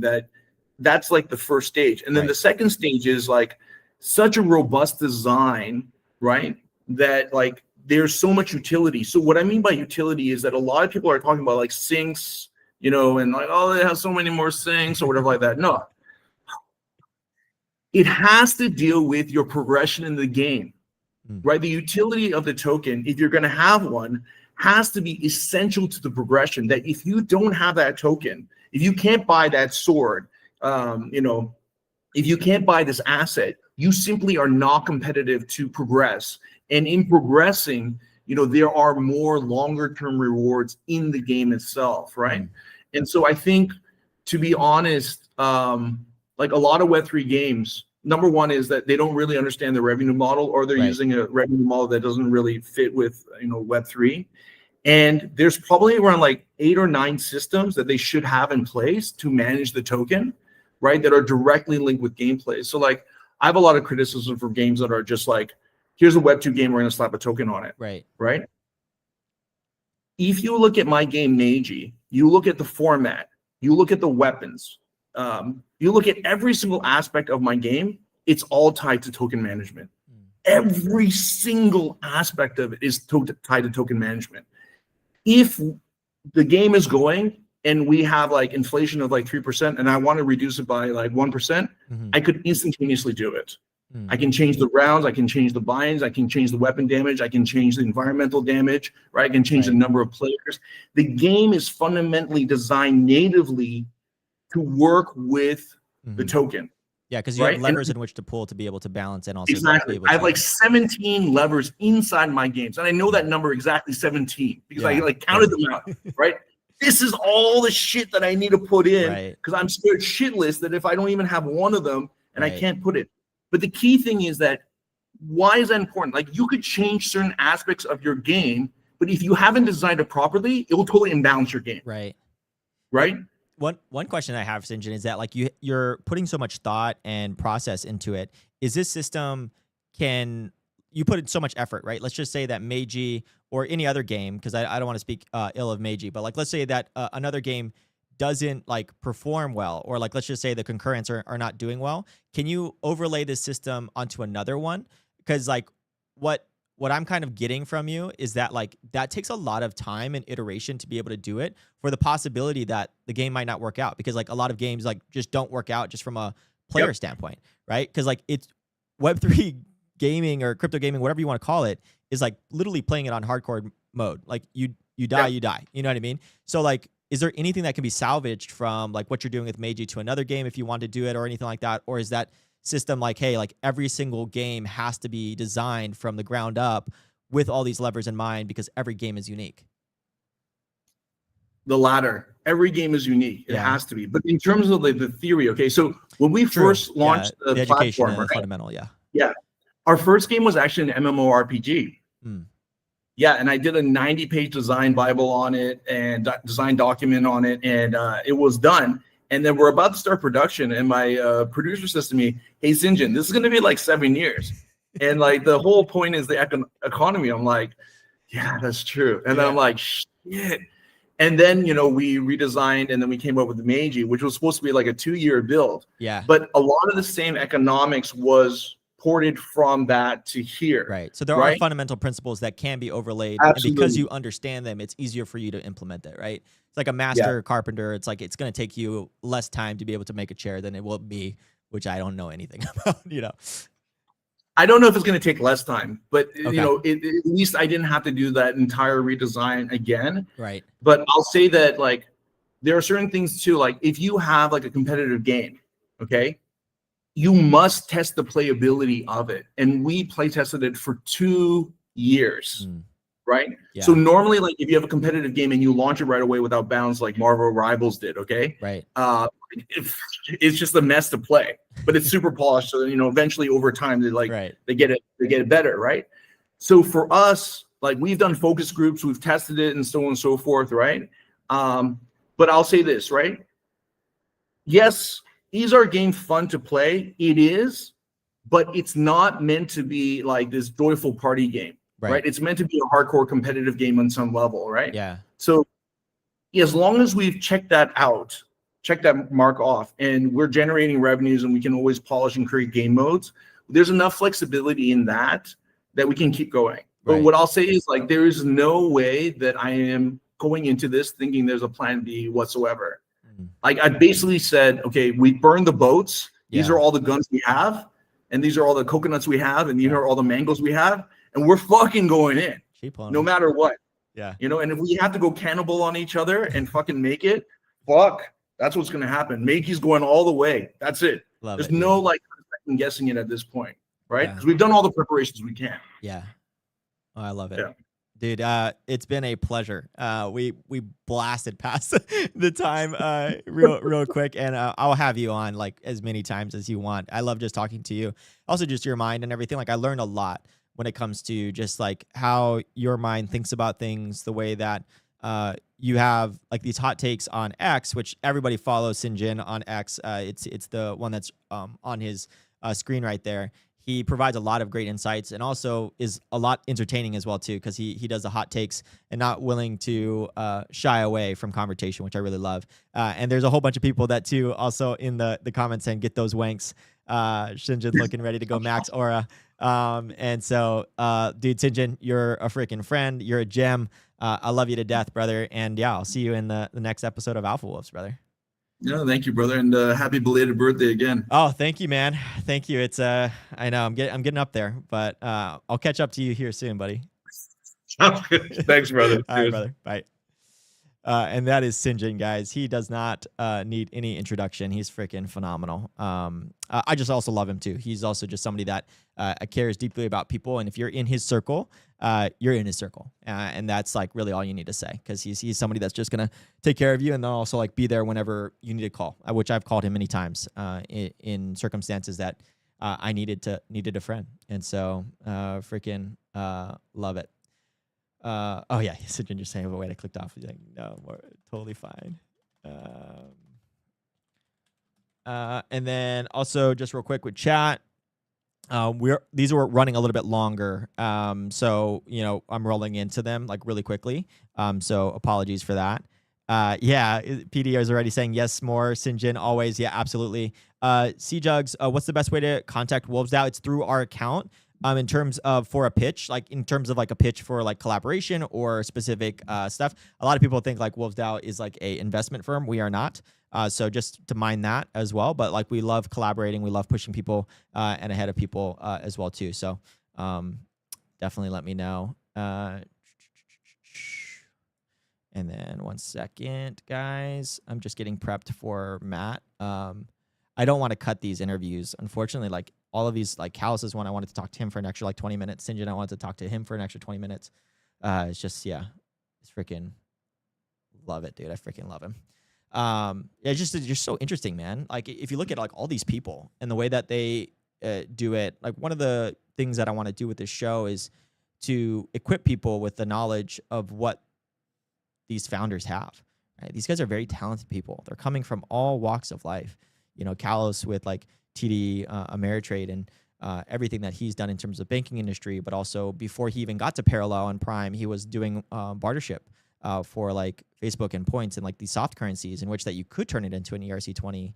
And like knows a lot of people in the industry because he's like always this intellectually curious person. And you can tell he always is looking ahead. Like by the time that we got to the end of the interview, we're like not even talking about Parallel and Colony, which is like, you know, that's probably the most beneficial thing that he could do on the show for him and his specific brand. But he chose to like talk about parenting, talked about a whole bunch of other things. And it's just such a very curious and very thoughtful man as well too. And then you talk about Sinjin and you just need to like wind him up just a little bit for the open economy stuff, but like you just learn so much and all the levers in which that people have to do, and it just makes sense, right? And it's very counter intuitive to the maybe crypto Twitter specific bubble that we find ourselves in a lot of ways. And so I definitely think that both of them are amazing. So V is also being straight to the point at this moment, have lots of hot takes. It's kind of rare nowadays. Sinjin is just goated. I agree. He's not just goated, but he's also just somebody that, like I said, is a good friend, and also just chooses to care about people. And for the people that are willing to listen, he's willing to share advice. And that's always something that I'm very thankful for, because I'm always willing to listen to that. Yeah, blockchain game dev, that was a masterclass. Definitely agree, brother. Agree. Let me get the...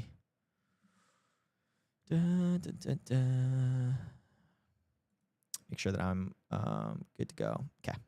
Just making sure that Matt wasn't waiting for me on it. But, oh, right. We didn't actually have much time in between to talk about this, but this is Alpha Wolves episode 6. We just finished Kalos and Sinjin. Freaking amazing interviews. honestly. Kalos and Sinjin, and to be honest, I probably got like 10 words in between both. Such really good speakers, and they just, made my job super easy. So I still feel fresh and ready to go. But Kalos talked a lot about what his thoughts are in terms of how he built and scaled the communities. I really loved the segment for him, especially was the way that he talked about the different types of mechanisms for community and the tension between community feedback as well as team cohesion. Because I've been on that side where the community is just railing on you, and you just feel like crap, not gonna lie. And it's the last thing that you want to do. You're having to hold your tongue. You're having to tell other people to hold their tongue because they've been a little bit too loose with it. And it just becomes like this place. And sometimes the team then starts kind of getting at each other. And so Kalos, the way that he kind of talked about the way he sees things and the way that he kind of like maybe tapers down his team. Obviously, also just a very calming spirit. You can hear the way that he thinks about, the way that he's very thoughtful. And I think whenever somebody's that thoughtful, you're willing to listen, and you have that brand. And it seems like Kalos is the brand within his team and also outwardly as well too, that he is thoughtful, that he's not going to rush and make decisions, that he is going to deconstruct a lot of this feedback and take it and try to find the sources of truth and those first principles to apply to make the product better. And that's also how you see Parallel grow leaps and bounds off of that. And I also think that's the reason why the community feels heard and also has like this raving reviews, even though sometimes they're going through patches, but like that's every community. So it's like every single family. And that's what he kind of talked about too, is like it's a team. And teams, especially if the teams always like have fights, right? That's how you make it better. Yeah, it was probably got 15 words tops between both of them. Really, really fantastic. And then I would say that my takeaways from Sinjin was mostly I was just like, wish I had my notebook in front of me to like take notes on just the way that he was talking about the open economy, and the mechanisms of like how poker and how they had a way in which that they can generate money. And I think that's like it like overlays really well to crypto, right? The way that we can generate fees and like sound money and everything like that. But it's very true in what he says as well too, which is the levers, right? I think at most people are going in with like 1 or 2 levers into the game. And I would say that probably 90% of the people are not having any levers. So I don't know. My bet is on these innovators, and my bet is on the history that they have gone through life to try to attack the problem that they feel is called to them that they can solve and uniquely solve. And I think Sinjin and Kalos are definitely called to solve problems, and I very much trust them to do it. The lunatics, as Kalos said. So love it. I want more of it. And next, again, we're going to talk to Matt Defies, which is the crypto Twitter lead at Upptic, but he's also just somebody that just overall, just a solid dude. I'm really excited to talk to him about like just the creator economy and the way that he thinks about things. So part of the show, right, is to talk about founders and talk about the builders. But a lot of the things that don't get covered is actually the distribution. So we talked a lot about Leon Abode last week, talking about the founder funnel. Matt Defies has a lot of experience through just content creation, how to find good talent. He has a very good eye for talent. And yeah, just something that we share in common. And then later in the day, after Matt, we're going to talk to John Radoff, which if you have not seen his track record, I recorded something prior to this just to see, man, like his bio seemed pretty long. I was like, should I keep it or not? Ended up being like 1 minute and 12 seconds, especially if I do it without me speaking 1,000 miles per hour like I usually do. I'm trying to slow down, guys. It's a minute. And it's just like, and that's like me being gracious and cutting things up and cutting things out because he is honestly that talented. So I didn't want to take anything out. And so we're going to read his whole bio, and it's probably going to take 15 minutes, but we're going to do it anyways on that. So love it, love it, love it. Let me make sure that I have good to go in terms of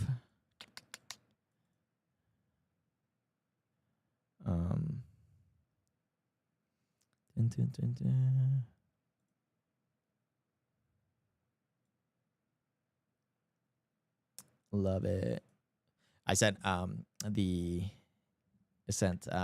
Matt his bio for a little bit just to make sure that I got anything right Hopefully I did.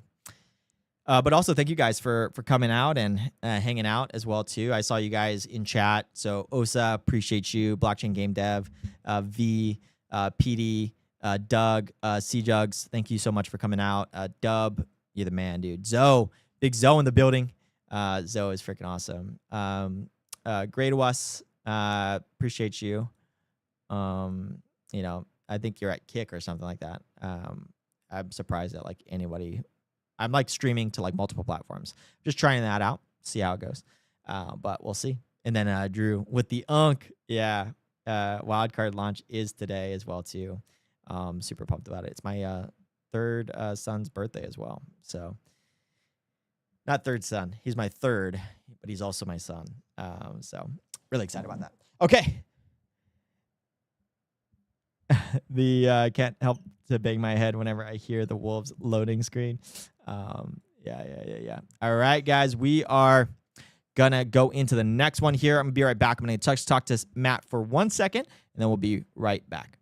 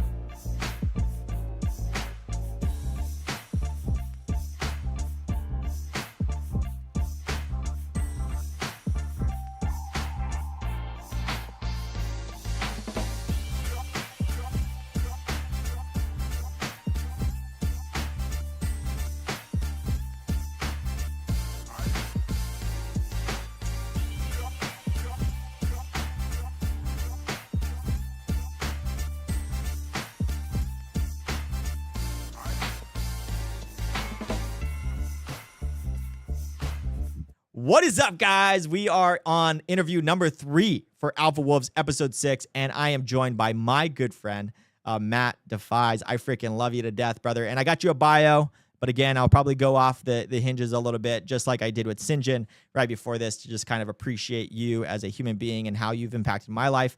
But without further ado, let's get this thing started. Bio here from Mateo, Matt Defies Arias, hopefully I pronounced that right, is a growth strategist and content creator at the forefront of Web3 and the creator economy. Currently the growth lead at Upptic, a UA marketing and analytics agency working with Blizzard, EA, and top gaming studios. Matt helps gaming companies scale their apps by finding the dream users. He has a rich background in esports and influencer management, for managing talent and creators at the esports organization F2K early in his career, to leading community growth for Web3 gaming projects. Matt has contributed to several notable Web3 gaming startups. He worked on SkateX, that's where we met, an FT-based skateboarding game, helped market 3XP, a dedicated Web3 gaming expo in 2023, and was involved with gaming content creator collective called Owned, which was really awesome. I participated in a lot of masterminds there. In addition to his professional roles, though, Matt is a Twitch partner, streamer, and writes a newsletter called Nuance Signals, where he discusses the business behind influence, blending hands-on experience and content creation with data-driven growth tactics. Matt Defies has become a key voice on how to authentically grow and market games in the era of crypto and AI. Matt, welcome to Alpha Wolves, brother. How are you? Wow, what an intro, man. Thank you so much. Definitely, you made me probably sound smarter than I am. So yeah, dude, you're extremely smart. And I also should add to that, super humble. And I'll go off a cuff a little bit here, but like in terms of Matt, we met, 3 years ago, or 4 years ago, 4 years ago, whenever we both got into the industry at around the same time. And we both took like pretty big, like different roles in our lives. So I was coming from the Navy. I joined Azure Games. Matt was joining, and he joined SkateX. And we both kind of like were both trench warriors, not from the meme coin era, but more from a business professional era. And I just got to grow with him alongside and parallel alongside with him. He's been a longtime wolf, longtime friend, and he's just, whatever you hear from him say, like, I gassed him up too much. He doesn't get gassed enough. He is honestly one of the most brightest minds in the space, and people don't really give him enough credit, mostly just because he's a super hard worker and he's never going to tout it from the rooftops, but I definitely will. And you'll see as we talk about, and we kind of pick on his brain throughout it. But Dude, I want to kind of just get straight into it because me and you just have like some of like my favorite conversations come from just me and you bouncing back and forth. And we just kind of like popcorn off of each other. And that's for sure what we can do here. But I also just want to get like some of your thoughts put on paper, or not even put on paper, but put out here on video and clipped up. But like one thing that I like really love about you is you kind of have this really good understanding of like hype, but also organic growth. And this kind of like, sometimes it's good to do this, sometimes it's good to do that. But you've always kind of weighed into like more of the organic growth and everything like that. But everything that you've worked at Upptic with influencers, creators, what's kind of the difference between that you see like between growth and organic growth versus like hype and like maybe those vanity metrics that you see? Yeah, that's an excellent question. I would say there's a time and place for everything. In our dear space, I think we definitely over-indexed in like hype and just pure speculation. And let's be honest, that worked extremely well, I would say, at the beginning, right? So, you know, for anyone that was here in 2021 or even has heard about the madness that ensued in 2021, the world really kind of was sold on this whole concept of like, you know, NFTs, the metaverse, everything, you know, the world is changing. And, you know, we saw these at the back of hype, right? Let's be honest, it was mostly hype. We saw this like these huge, just like, let's say, volume of money go into the space. People raising money through NFTs, through venture capital, you name it, right? Yeah. But then once kind of like everything like, let's say, like stabilized and died down a little bit, we went through a bear market. Yeah.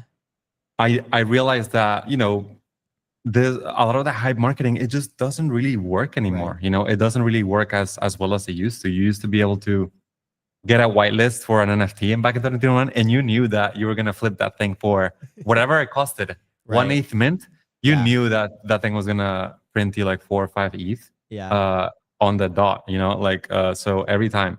Well, but yeah.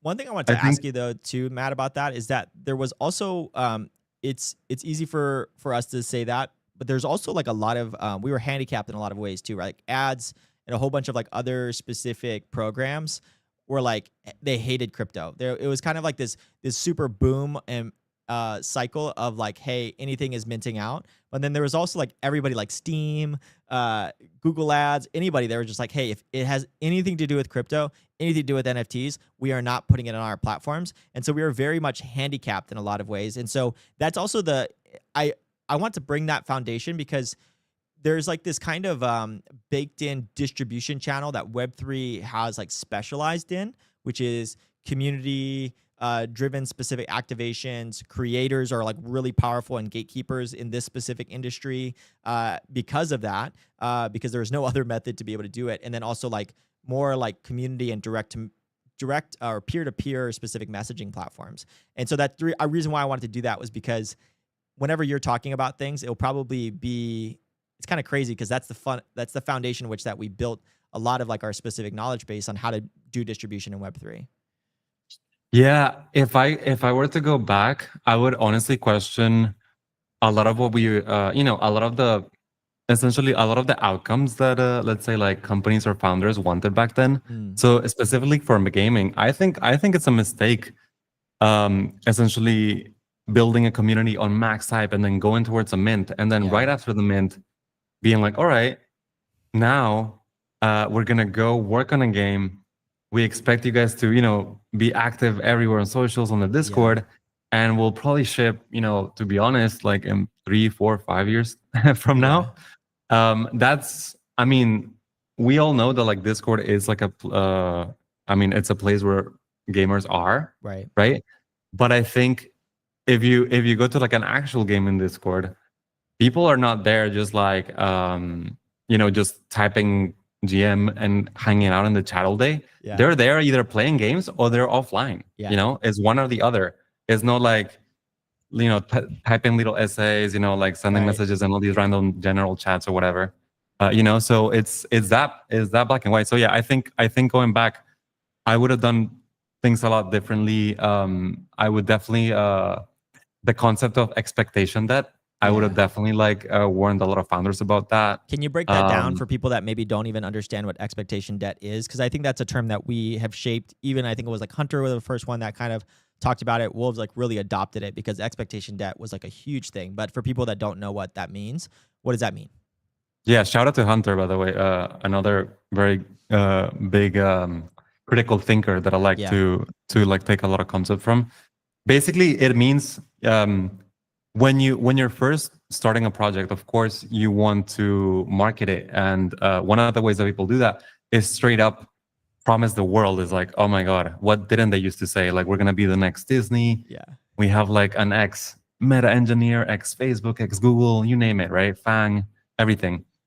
And people, of course, like that was the meta, right? There's some becoming like bullish. I'm like, oh my god, the next Disney? Hell yeah, Disney's huge. Oh my god, I'm gonna be rich. I'm gonna mint this. I'm gonna hold this. And they promise the world royalties, Right. like IP, everything, right?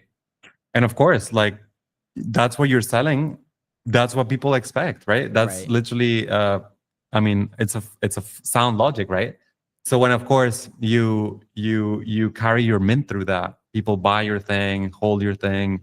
It might even like go up in price a lot at the beginning. People are happy, but eventually, some of these promises have to start being met. Right. And when they're not, that's essentially where the expectation starts.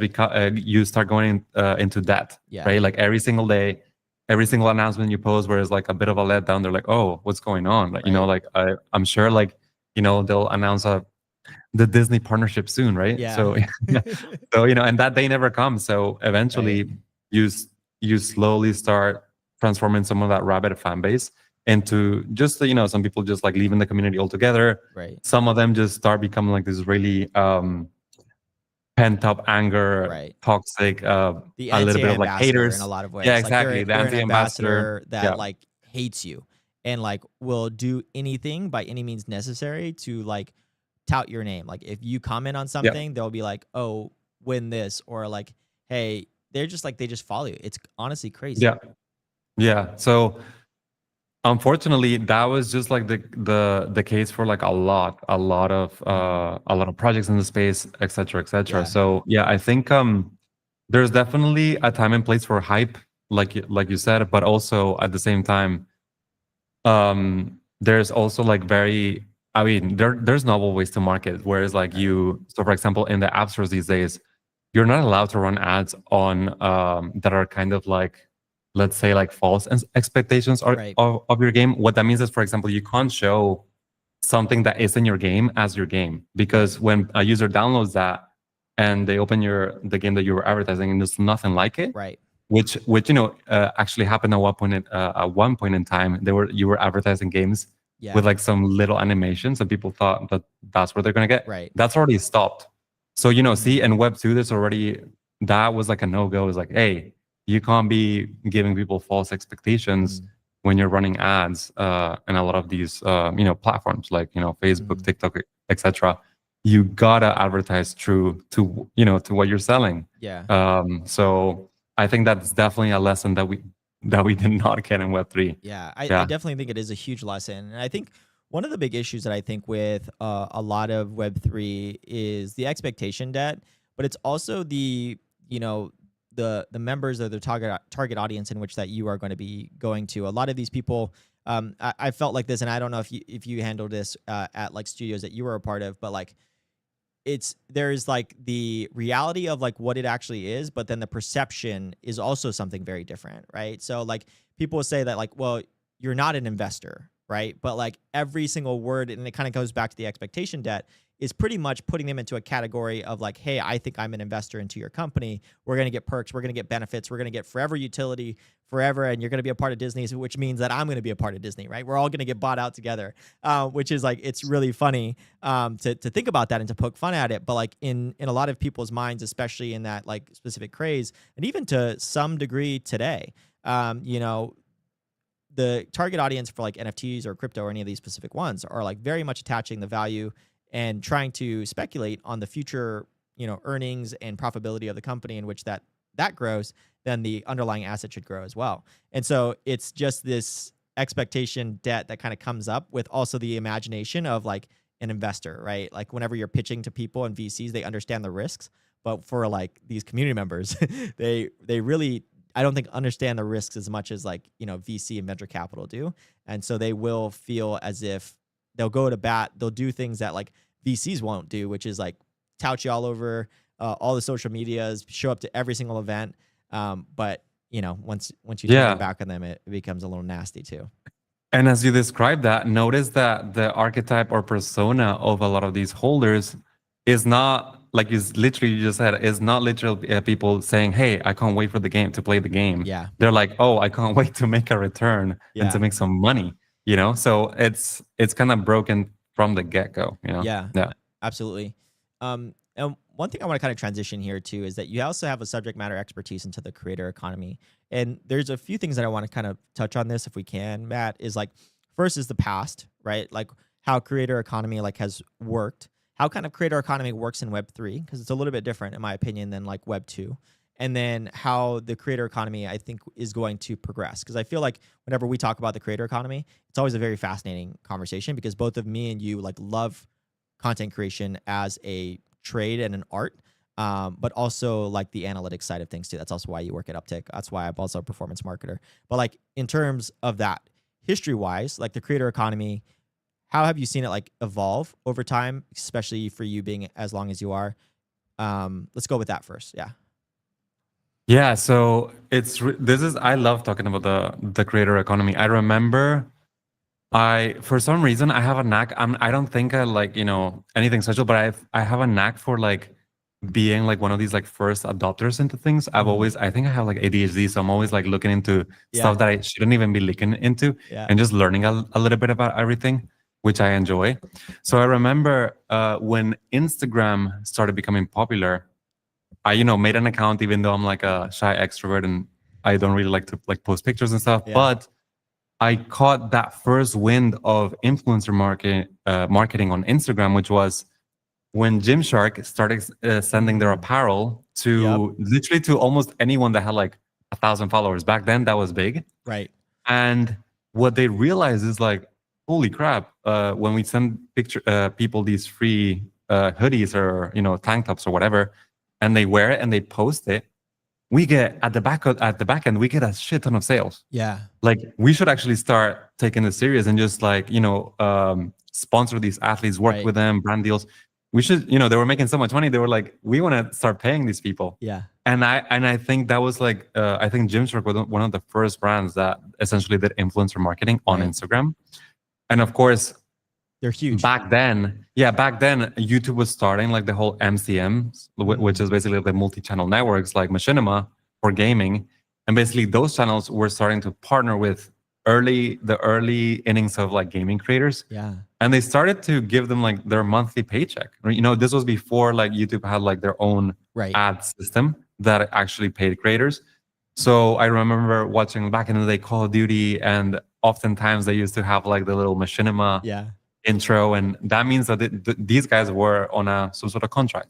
Right.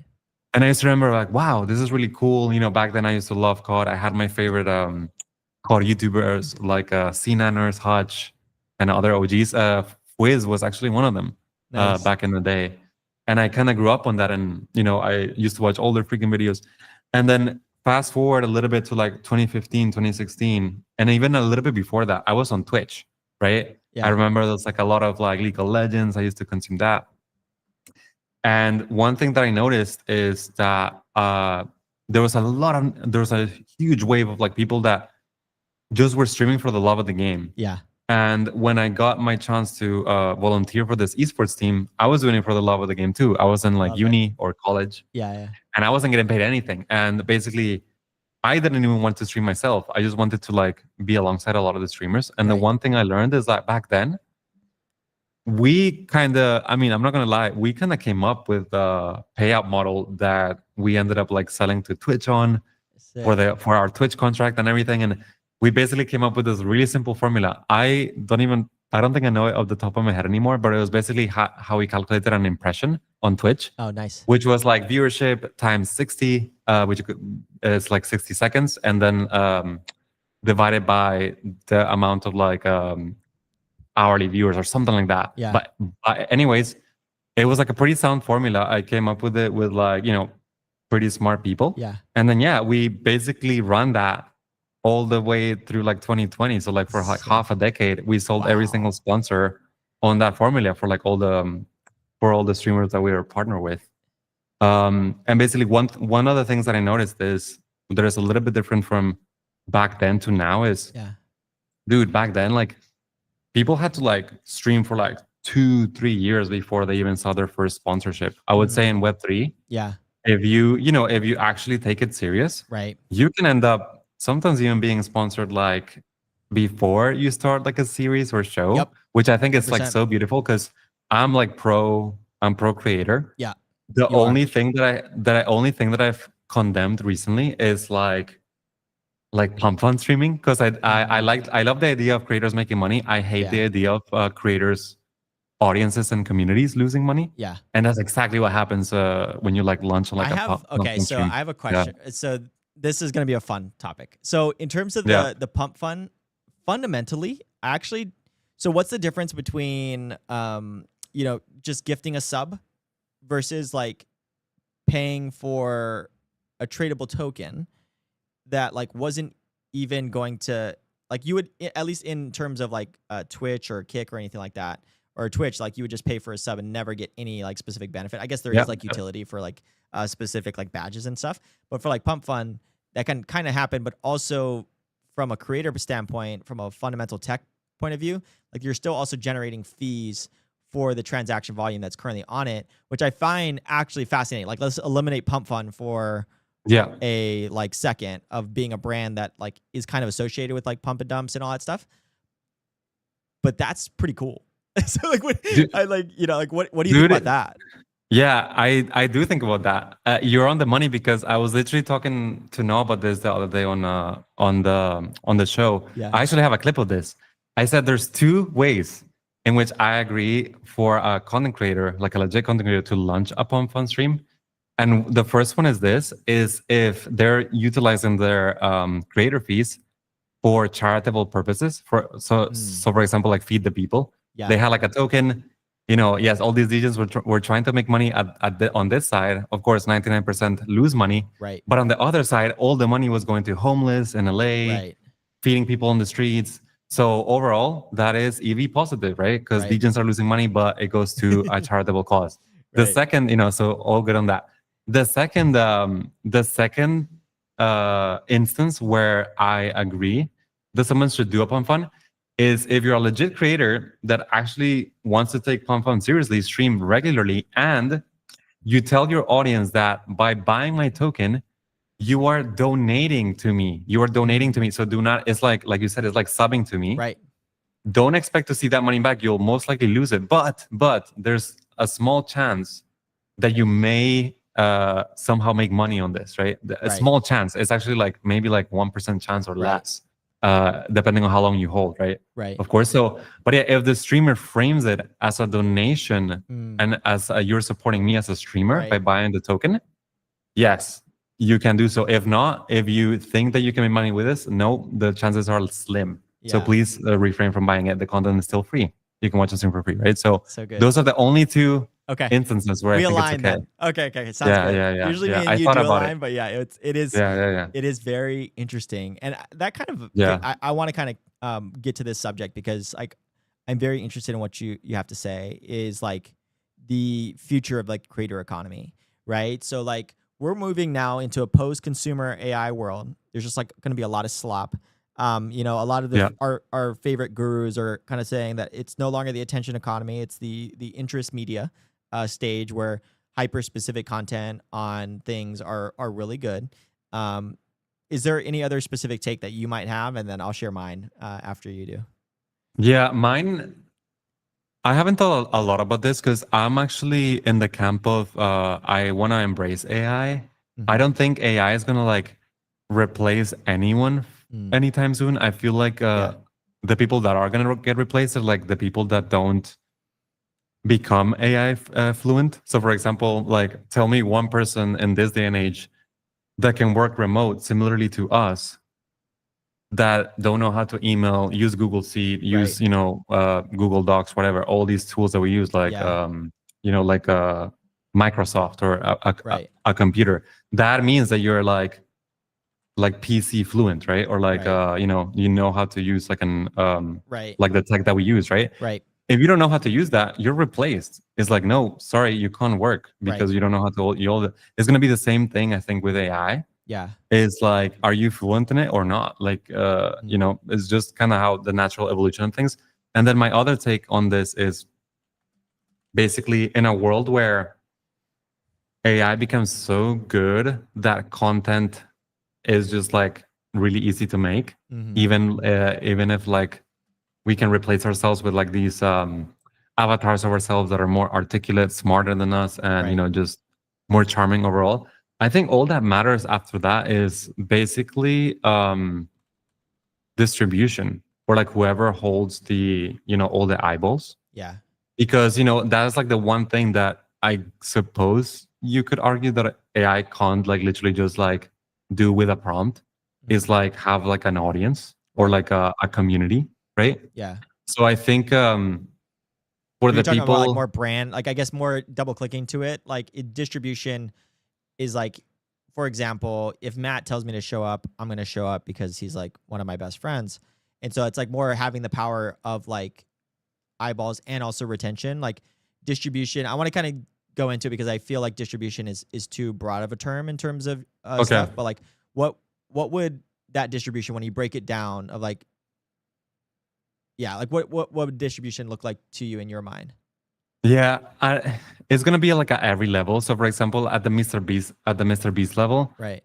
he's not gonna go anywhere anytime soon, even if like all his content gets replaced just by the sheer amount of, let's say, mindshare that he has and the audience that he has built over his career. So for example, just to give like a stupid example, let's say he all of a sudden started getting one viewer, then no matter how the content doesn't really matter anymore, because no matter how good his content is, if he's just getting one view, no one's really want to sponsor him, partner with him.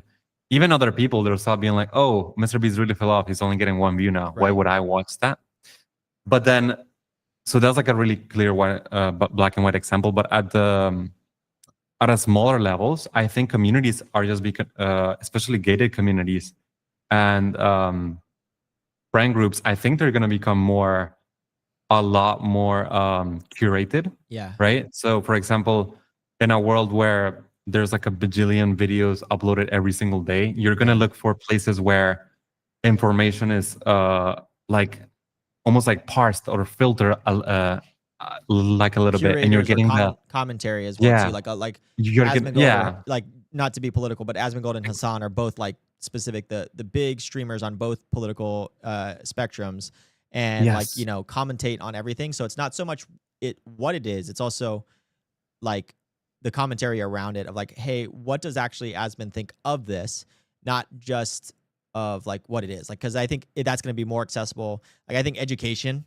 unfortunately, as a content creation medium, is going to be really hard to be able to go, because now it's completely commoditized through like AI and consumer AI, where anybody can look at it. I've never thought in my whole life, like I bought not Apple stock. I do also have Apple stock, but I also bought Google Alphabet, mostly because I thought like Google and YouTube are going to be pretty much like almost like defensible, like from like, how do you defend like against that, right? And or how do you compete with that? And then like OpenAI came, and people are using OpenAI like more than Google. I have been. Right. That's crazy to even think about how disruption can happen like that and where people get the information. Do you see any other sectors that like maybe are going to benefit from like, this oversaturation of like content? Or also the ones that, like I kind of talked about it, like maybe education is going to fall off a little bit, and maybe those courses are going to fall off a little bit. What do you think? Is there any, in terms of like what you've thought about in terms of content that's going to do really well in the future, or do perform poorly in the next few like years? Yeah, I think like you said, like the Asmongols of the world, any streamer that you're talking about, I think live streaming is going to become absolutely huge, right? Because people are going to want that also like those personalities, right? Like we all like different types of people, and we're very we're humans, we're very sociable, right? So I think live streaming is not gonna go away either. You know, what does scare me is like I said, in that scenario where like an avatar of ourselves can be that much better. I just don't know what happens in that instance. And also Yeah. at the same time, it also brings me like a little bit of peace of like, oh, I guess then at that point, like the rat race is also over. It's just gonna be like AI race Yeah. that we cannot match or or form. But in that instance, I think, like I said, these like private, smaller, cohorted Yeah. and organized communities are just gonna do a lot better. Kind of like the wolves are, Yeah. to be honest, right? Yeah. It's gonna be really fun living in that world where everyone's sharing just like highest signal content and like the vast sea of all this noise. So yeah, Yeah, and I agree. yeah, Like my thesis on a lot of the stuff and how I even position like wolves here in the future is like it's curation of also human connection. So it's not just curation of content and using people and humans as a curation filter. So you first have to curate humans. I think that's going to be a very big issue when it comes to the technology getting that involved, where even in live chat, you're having to deal with like the AI specific chatter. And so gated communities are going to be one of the only like defensible specific moats of like, oh, I'm going to pay actually a lot more money to get into this community because like there's no reason, like I know that humans are on the other side of that gate. And I think secondly is exactly kind of what you're talking about is like, how can you as a community person use and build a culture in which that people can help curate like actually good content that is good and nourishing for the human soul, right? And that's like exactly. it's very difficult. I think it's going to be a big issue here soon because I think that we already interact with bots inside of Telegram and Discord, anyways, right? Oh my god. So Yeah, dude, and think about it. Social media, we like as a species, we have been using social media wrong for a very long time. So what I mean by this is, when social media first came out, it was supposed to be a place where you went online to post and connect and chat with friends. Now, come on, social media is all about like this content, the influencers trying to promote something or sell you something, like companies trying to, shield their stuff. Like, it's just a social giant media, billboard. yeah, is not social anymore. It's more of like selling media or like marketing media, right? So yeah, it's a giant billboard when it was supposed to be just the last app that I would say that is like truly for my friends and family only is probably like WhatsApp. And even then I get forwarded sometimes like some like meme videos and why you gotta put me on blast, Matt? Why you gotta put me on yeah. So yeah, if you think about it, look, even Facebook, like this was a long time ago, dude, before I even like in 2010 or something. Facebook, when these like little like viral videos started becoming like the main thing on the feed and people like reposting them and stuff, I was like, what is this? Like, what? I just want to see my friends. Like, what's this about? Yeah. And the chains. But then those cats and those dogs were freaking hilarious. Dude. You got a little chuckle, and then the whole rest of the thing is like I was watching. Who is that famous comedian? I forget. There's a comedian that was like talking. Was like, man, I don't do those AI videos at all. And then like they literally show him on the podcast an AI video, and he's like, I take back everything I just said because like you can just do things with AI that is just like out of this world, funny and hilarious, and sometimes wrong, and it just like it gets your reaction, and that's kind of what. And like, boomers love it, right? Yeah, boomers love AI. They see it and they're like, oh my god, that's so funny. And I remember. Well, side note, but do you remember there was like back in the day on Facebook these copy pastas that was like the cursed ones? It's like, if you don't like share this, you're gonna like die at 2 a.m. tonight. I was like, that's stupid, and then like to it, just like, oh, yeah, maybe just in case, just in case. Yeah, I was like, what the hell? They were throwing curses on Facebook. Like, damn, okay. But, yeah, dude, it is like, yeah, it's kind of crazy, and it's cool, so crazy too. How like our generation like grew up with it and saw every iteration. And then we're also the trench warriors in which that we got fully exposed, and now we are parents. And it's like we're like, oh shoot, this ain't too good, guys. You know what I mean? It's kind of like the equivalent of like cigarettes. I think Charlie had like a really good take, and it was a pretty hot take. I never heard it this way, but it was like that cell phones or social media will be our cigarettes.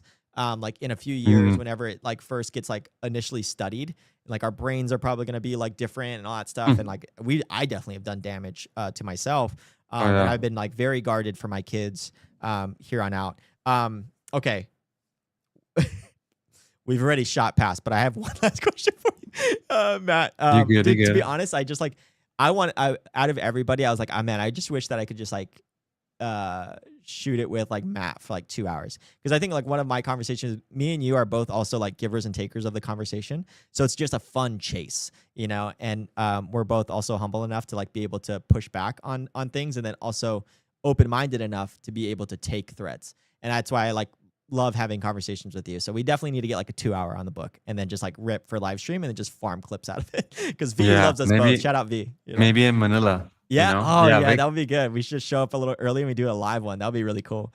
Dude, Vix has been killing it with the clips. Like he's going ham. Yeah, freaking awesome, dude. And then there's also a lot of people in chat. Before my last question is like, Soul, we did talk about AI live streaming. And then Shasan, no AI can replace our ripped Alpha Wolves host. Shasan, hell no. I'm missing Jim, dude. We have like a Wolves specific one. Yeah, and then there's this person, Bulky Scholarship, which is a bot. Would you like many viewers? Let's make you popular. Appreciate you. I'll reach out to you. I'll get my agent to reach out to you in terms of that. And so one last question before I have to unfortunately say goodbye, brother, is how do like brands and creators position themselves? Right. So like you've obviously worked with some of the biggest brands in like history, but you're also really good and have a very good eye to spot talent as well too. So I'm just very curious to just hear your specific take on like the big brands all the way to the smaller creators right now. Yeah, it's funny. It's funny you say that because it all boils down to like almost the exact same thing. The first thing I'll say for creators is I have been able to, I'm very lucky to like see some like really cool and talented creators that end up growing into like household names when they were just starting out.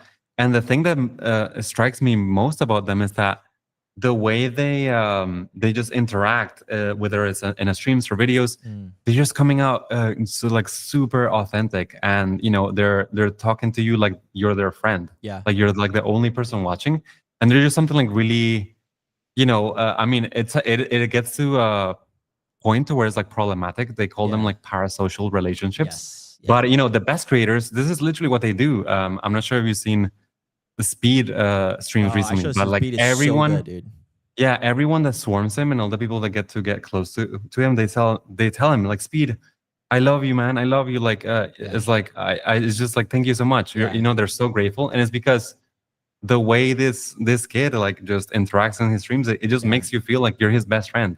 And you know, obviously he has no idea who any of us are, but we all know who he is, right? So that's literally kind of how some people has like a little bit of this gravitas, and you know, it's just kind of the way it is. And I do think it's a thing that you can train. So don't think that it's just something that you know, if you're a small creator, don't think it's something that you can't develop. It's more of like finding your voice and don't be afraid of being seen.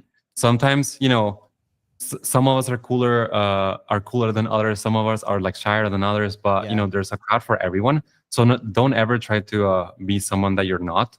But at the same time, do try to put the best version of yourself on each and every piece of your content, because that's also how you kind of pull people in.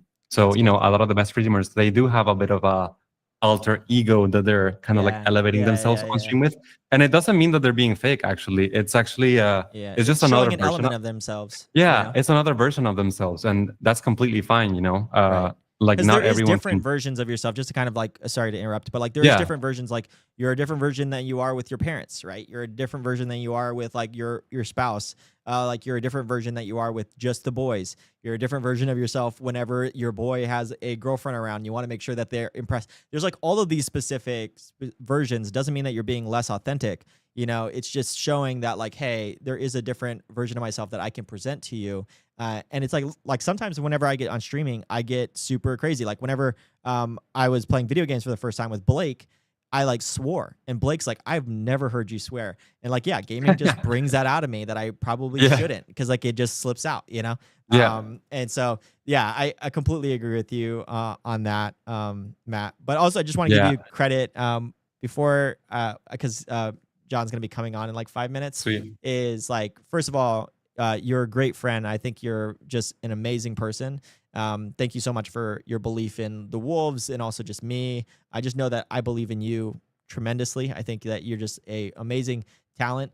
You know how to go viral, but you're also just very smart, but you also know people really well. And I think that is your biggest superpower. I just want to kind of call that out in you, is that like, you just know really people well, and they have like just kind of this, you have an air around you that like people want to bring down their walls and be able to do it. So I definitely want to see you streaming more. I'll definitely be in that specific chat whenever you do. And also want to give you credit too. Like, you and also Icy were the ones that really pushed me to do this for Alpha Wolves. And so if you guys want to kind of give credit to some people that are behind the scenes that push me and want the best for my life, it's going to be like Matt, Icy, Sam as well, that all were like, you should do what you said and keep pushing me. So I appreciate you, brother. Yeah, no, I love that, bro. I was gonna say, I feel like when I met you, and I quickly, start looking at your content, and I was like, I know that this is something that, because you said it, right? You literally said it's like something that you've always wanted to do and take serious. It's just, life gets in the way sometimes, and that's okay. But, I do think that like, it's something that you enjoy. It is something within your zone of genius. And whenever I see people, kind of doubting themselves, sometimes all they need to hear is like, you can do it. Like, there's nothing really, like the best things in life are on the other side of fear. Yeah. And it's something that it literally like worked for me. Like when I started streaming in 2021, actually, it really just literally worked out. And I was like, I have the most scuffed setup you could possibly have. So yeah, it's like, and I was so scared, but I just did it. And, so, kudos to you, kudos to everyone watching that. If you're in the space, you are taking risk. Let's be honest. Like, this is a risky space.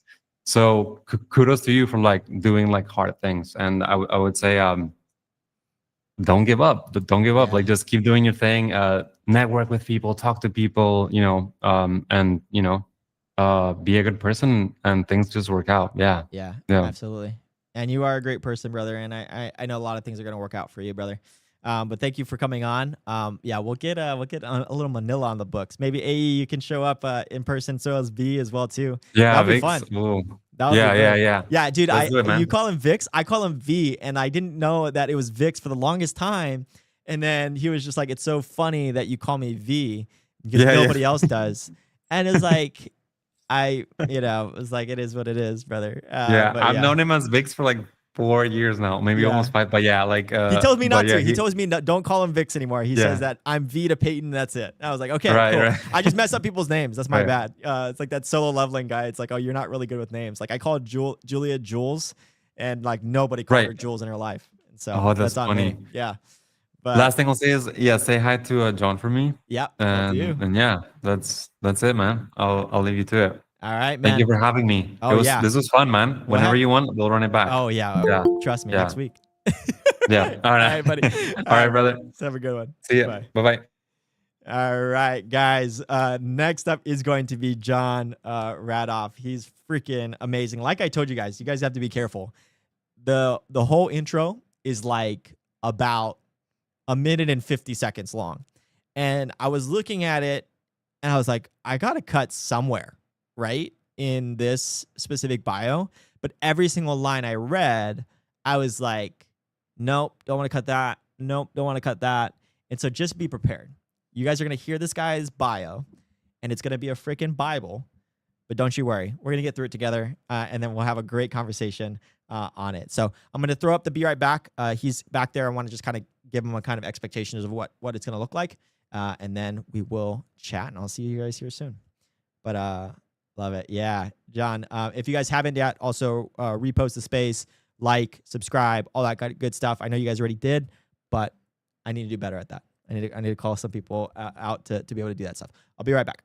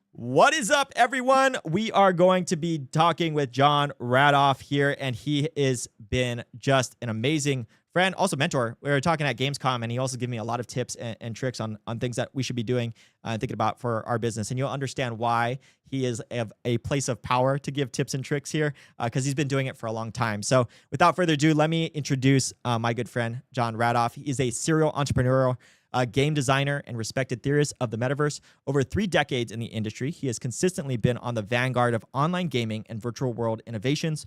Currently, John is the co-founder and COO of Beamable, a live game service platform that provides game developers with a back-end infrastructure to build online features such as economies, social systems, etc.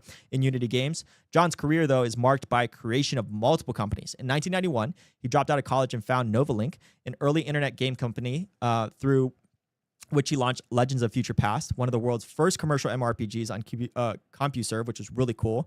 He later founded Arias, hopefully I pronounced that right, probably not, in 1997, a web content management software company that went public in 2000, and GamerDNA in 2006, a social network and analytics platform for gamers. In 2010, John started Disruptor Beam, known for developing licensed strategy RPGs like Game of Thrones, Ascent, and Star Trek Timelines. Probably never heard of those before. That company eventually pivoted to become Beamable in 2019. Alongside building companies, John is an author. His book on Game On, Energize Your Business with Social Games, which I want to talk a little bit about that, examine how game mechanics and storytelling can drive customer engagement. He's also widely known for articulating the 7 layers of metaverse framework, a comprehensive model outlining the technology and experiences that comprise the metaverse value chain, and with a blend of technical acumen, creative vision, and philosophical approach of how games intersect with society. John Radoff is often sought for his insights into the future of interactive media and online communities, and that is why he is here today. Welcome, John, to Alpha Wolves. I told you it would be long. I prepared the whole community for it, but dude, I couldn't take anything out, man. Welcome to Alpha Wolves. Thanks. That was a fun stroll through memory lane for sure. I mean, I love these conversations though, because I learn as much in them as I hopefully dispense some wisdom. Oh, you definitely Wisdom, by the way, is only gained through pain and mistakes. So hopefully I can spare some of the pain that I've had in my career. Already dropping dimes, you know, the John, the little tips and tricks, you know, yeah, for sure. Definitely pain and a lot of like lessons learned, but you fall forward, right? And I think that I saw whenever I was doing research over your career, honestly, you could like have an hour podcast going through each thread of yours. And so we're going to try to do a very hard thing, which is like trying to pull on things that will probably hopefully pass on to the future generations of maybe game designers and people like that are future Johns, but also give you also time to be able to talk about what you're doing now because you're a constant innovator. So first thing I want to kind of kick off is like the serial entrepreneurship gene in you, right? Founded companies across like Web 1, Web 2, and now Web 3. So you've also had like this kind of like mental elasticity, like kind of keeping your mind open. I kind of want to go into that a little bit if you can articulate it. Excuse me.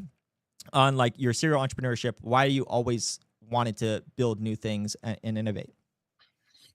You called it mental elasticity. It's kind of a mental disease to want to keep doing startups because the risk profile of a startup is kind of insane. And like, it doesn't really make sense. Right. Like the rewards can be great when it works out, but you know, if you were to calculate the EV on it, it's not that great. So I don't know, like kids think twice before you do it, but if it's what you have to do, it's what you have to do. So I think like for me, it's been the greatest thing ever because for me, it's the realization of creativity. And I guess the other part of the mental disease comparison of the addiction of it is I just love learning new things. So, like in the startups I've done a MMO company, I've done mobile games, I've done data analytics, I've done, web developer tools, now infrastructure for games. Like I like to think that what I'm doing today is like culmination of all these different things that I've done before, because you kind of have to know developer tools to build a developer tool. Right. But to develop a tool for a game developer, it's a really weird development tool because game developers do stuff that nobody else does. Right. We use tools and nobody else uses Unreal Engine and Unity and has to stitch it together with complicated online infrastructure. Right. So like it's just sort of the fusion of a lot of different things I've done. And I always like learning probably I should just do the same, like again, in the mental disease category, I should Yeah. probably just be doing the same thing over and over again, Right. like entrepreneurs do, because they get better at that one thing over time. But I think what I'm good at is just learning new things. So Yeah, that's But that- awesome. In terms of like, is there core principles that you would probably find in like all of those like specific, like kind of jumping or like even the learning mechanism of like learning new things? Is there been core principles that have helped you kind of progress to the stage that you have been? core principles that I've learned, I mean, probably so many, but I'll give one that I think is really Please. important to game development, but I think it just applies to any game startup, which is, first of all, velocity is really important. Just being able to move fast. But moving fast on its own is also enough. You also have to be able to learn fast. So those two things work together. And what I mean by that is, ideally, when you're building a product, you need to learn how your community or your customer is actually using the product, instrument it in a way that lets you learn, but then even more importantly, take that learning and apply it to a rapid development process. If you don't have both of those, it's really hard, because you can be building fast, but then maybe nobody will actually care about it because you're not actually learning what works. And there's no shortage of startups out there, by the way, that have all these beautiful dashboards where they're collecting all the data, but they don't do anything with it. Yeah. And they're just frustrated. They're like, here's the data, it's telling us what to do. Why can't we seem to actually get our shit together and do something about it? So to me, like, it's the core loop of the startup.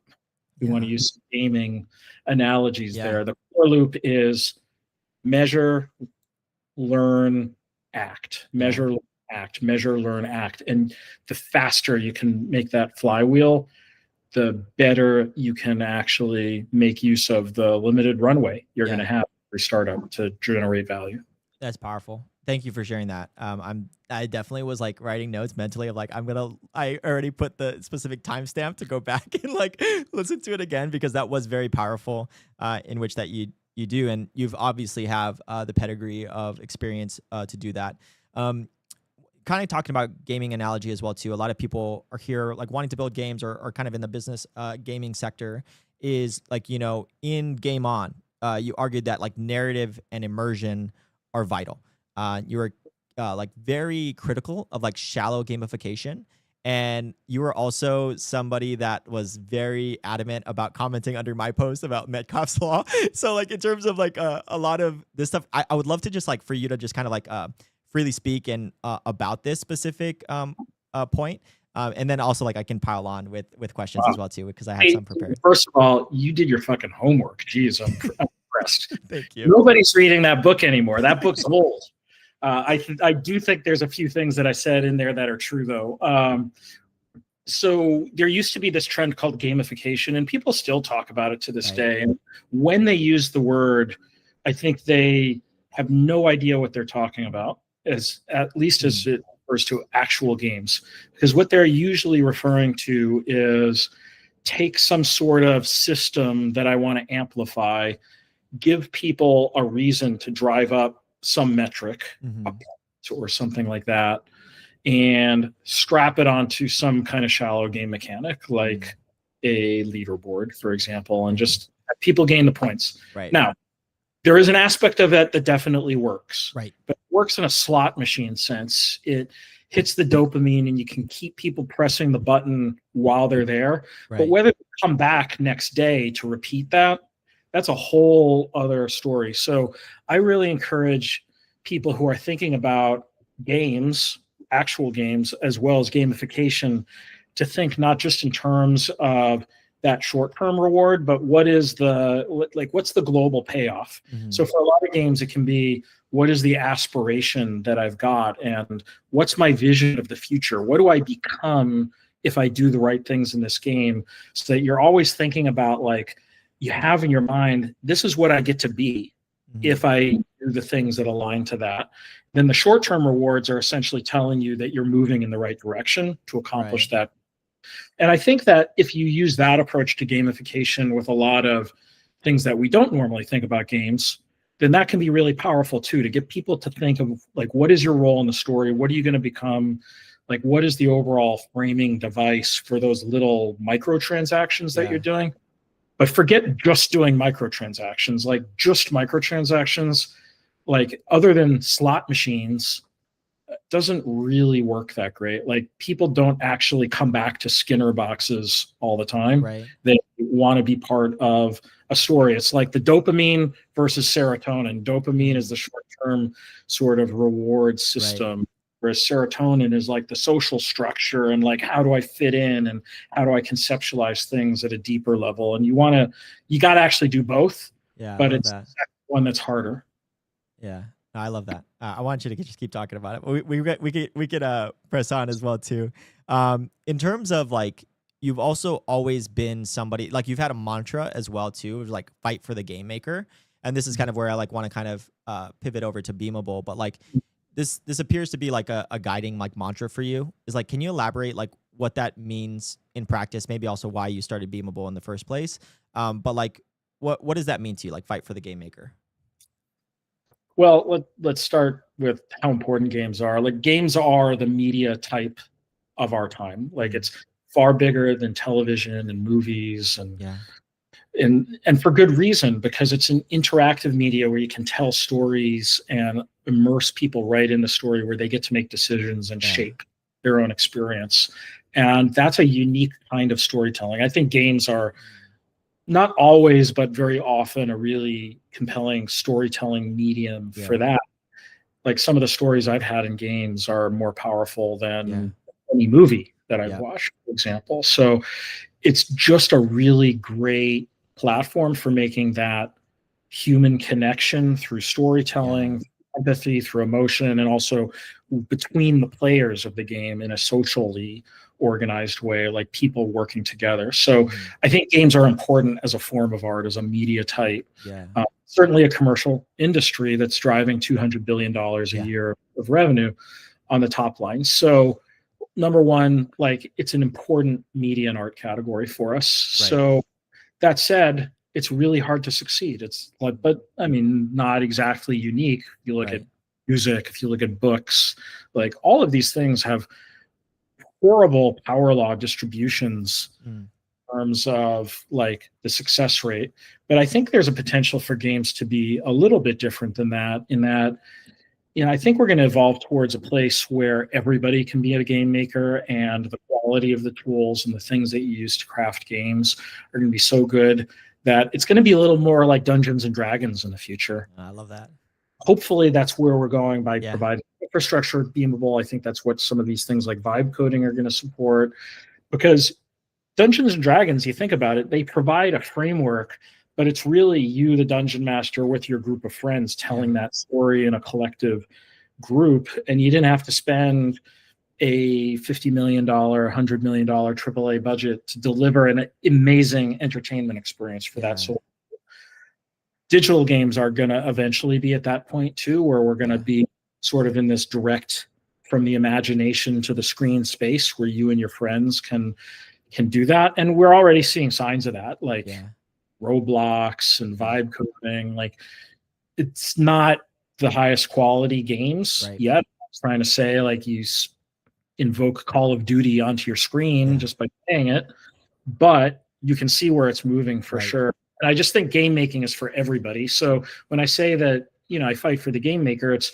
to move us down that path and then remove the barriers that are artificial. The barrier that I saw with Beamable and why I did it is because when I was building games and shipping them to 20 million players at Disruptor Beam, we spent millions and millions of dollars building this shit infrastructure for multiplayer coordination, social systems, chat systems, payment rails. We built one of the first blockchain games too, by the way. We called them Web3 games in 2018 or whatever it was, but we took StarTech and we minted 1 million wallets on one of their own chains. So like, and that was complicated. So all of these things in the cloud, first of all, your player doesn't give a shit because they really could care less. They like, if you put onto your splash screen powered by MongoDB, like, they wouldn't care like what your backend tech is. But if it breaks, they may not even ever come back. So they care about when it doesn't work. So it's so expensive. Thousands and thousands of studios were just repeating the same thing over and over again, that I realized like we had to create the equivalent of the game engine, but for the back end. So I don't know, for the audience out there who's not watched game dev before, like we basically have two main techs that people use for building front end of game: Unreal Engine from Epic, which you probably know through Fortnite, or Unity, or there's kind of a third, which is web-based games using HTML and JavaScript. But those are kind of the three main ways people make games. But there isn't like a packaged way to like do that for all that cloud-based server stuff, which needs to be in your game because games are now an online business. So that's what we set out to do 5 years ago. And 5 years later, we got around 100 games that have launched on the platform with 2.5 million people playing them. So we see ourselves still as very much at the beginning of our journey, and maybe we'll talk about the deep end stuff that we're doing next. I want to go because you've done a really good job at transition. Makes my job way easier, John. So thank you so much for that. But like, and also like, I kind of also want to ask why as well too, because like I understand why. I've read like a lot of the things that you guys sent over to me, and also why I wanted to also sign on as well too. Was like, you know, what you guys are doing with B Mobile Network, and then also like the deep end solution for it and why that's important. I think that's something that I also want to take away. But would love for you to navigate to the B Mobile Network and everything that you've done for B Mobile. And now you guys are launching B Mobile Network. And then also for anybody that is interested, I'm going to put a link down here. And just a disclaimer, I have been somebody that worked with B Mobile in the past. I do not work with a lot of people, I will say. And so I don't need the money or anything like that. So I choose to work with people that I want to work with. And John was one of them, especially with the Mobile Network. And so if you guys are interested in it, I will put the link in. I'm not going to get affiliated. I already told like Rex and all that stuff, like don't give me any of that stuff. But if you guys are interested to find out more, please definitely go in the comments. I'll give the personal reasons first, and then I'll give the business reasons. Maybe the personal reasons are more interesting. But, you know, first of all, you know, I love making games. I love the craft of making games, and I haven't made all the games that I'm going to make in my life. First, I've got to make sure that Beamable is, you know, super successful and just lives on its own completely independently of me, which is going to be the work of many years to come. Right. I'd love to come away from that with a platform that I know solves this problem, because I know that I could build games a lot faster and iterate and do the velocity of measure, learn, act, measure, learn, act that I was talking about, if the platform really supported that. So I don't want to build that just for myself someday when I return to making games years from now. And the other reason is just like I had made development tools and I had made games, and not a lot of people have done both. Yeah. And just doing like personal inventory, you know, I was like, I could have a much bigger impact on the world than one game after another. And it is helping people solve this problem once and for all. And certainly there's no way I was going to be able to make 100 games over the last 5 years. So now I've created a platform that's embedded in 100 games. And I think we're now seeing one or two, like a game is shipping like every week or two now. So like I couldn't have ever built that at this point.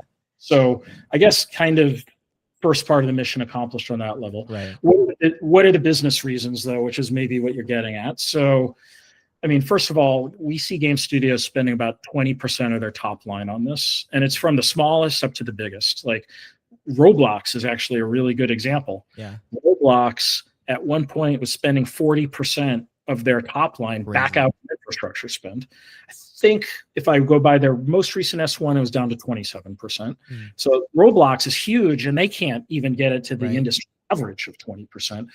There's a reason for that. People build a game on Roblox. They don't really care about optimizing it. So then the cost kind of falls on Roblox as a company instead of. I never thought about that, John, until you just brought that up. That's actually crazy, because like games, just for people that are like more people that are interested on X and maybe Wolves members, is like optimization is like usually more of a polished thing that game designers do at the end of it. But like, I never thought about like UGC and the optimization issue of like UGC until you just brought it up. So that's actually very fascinating.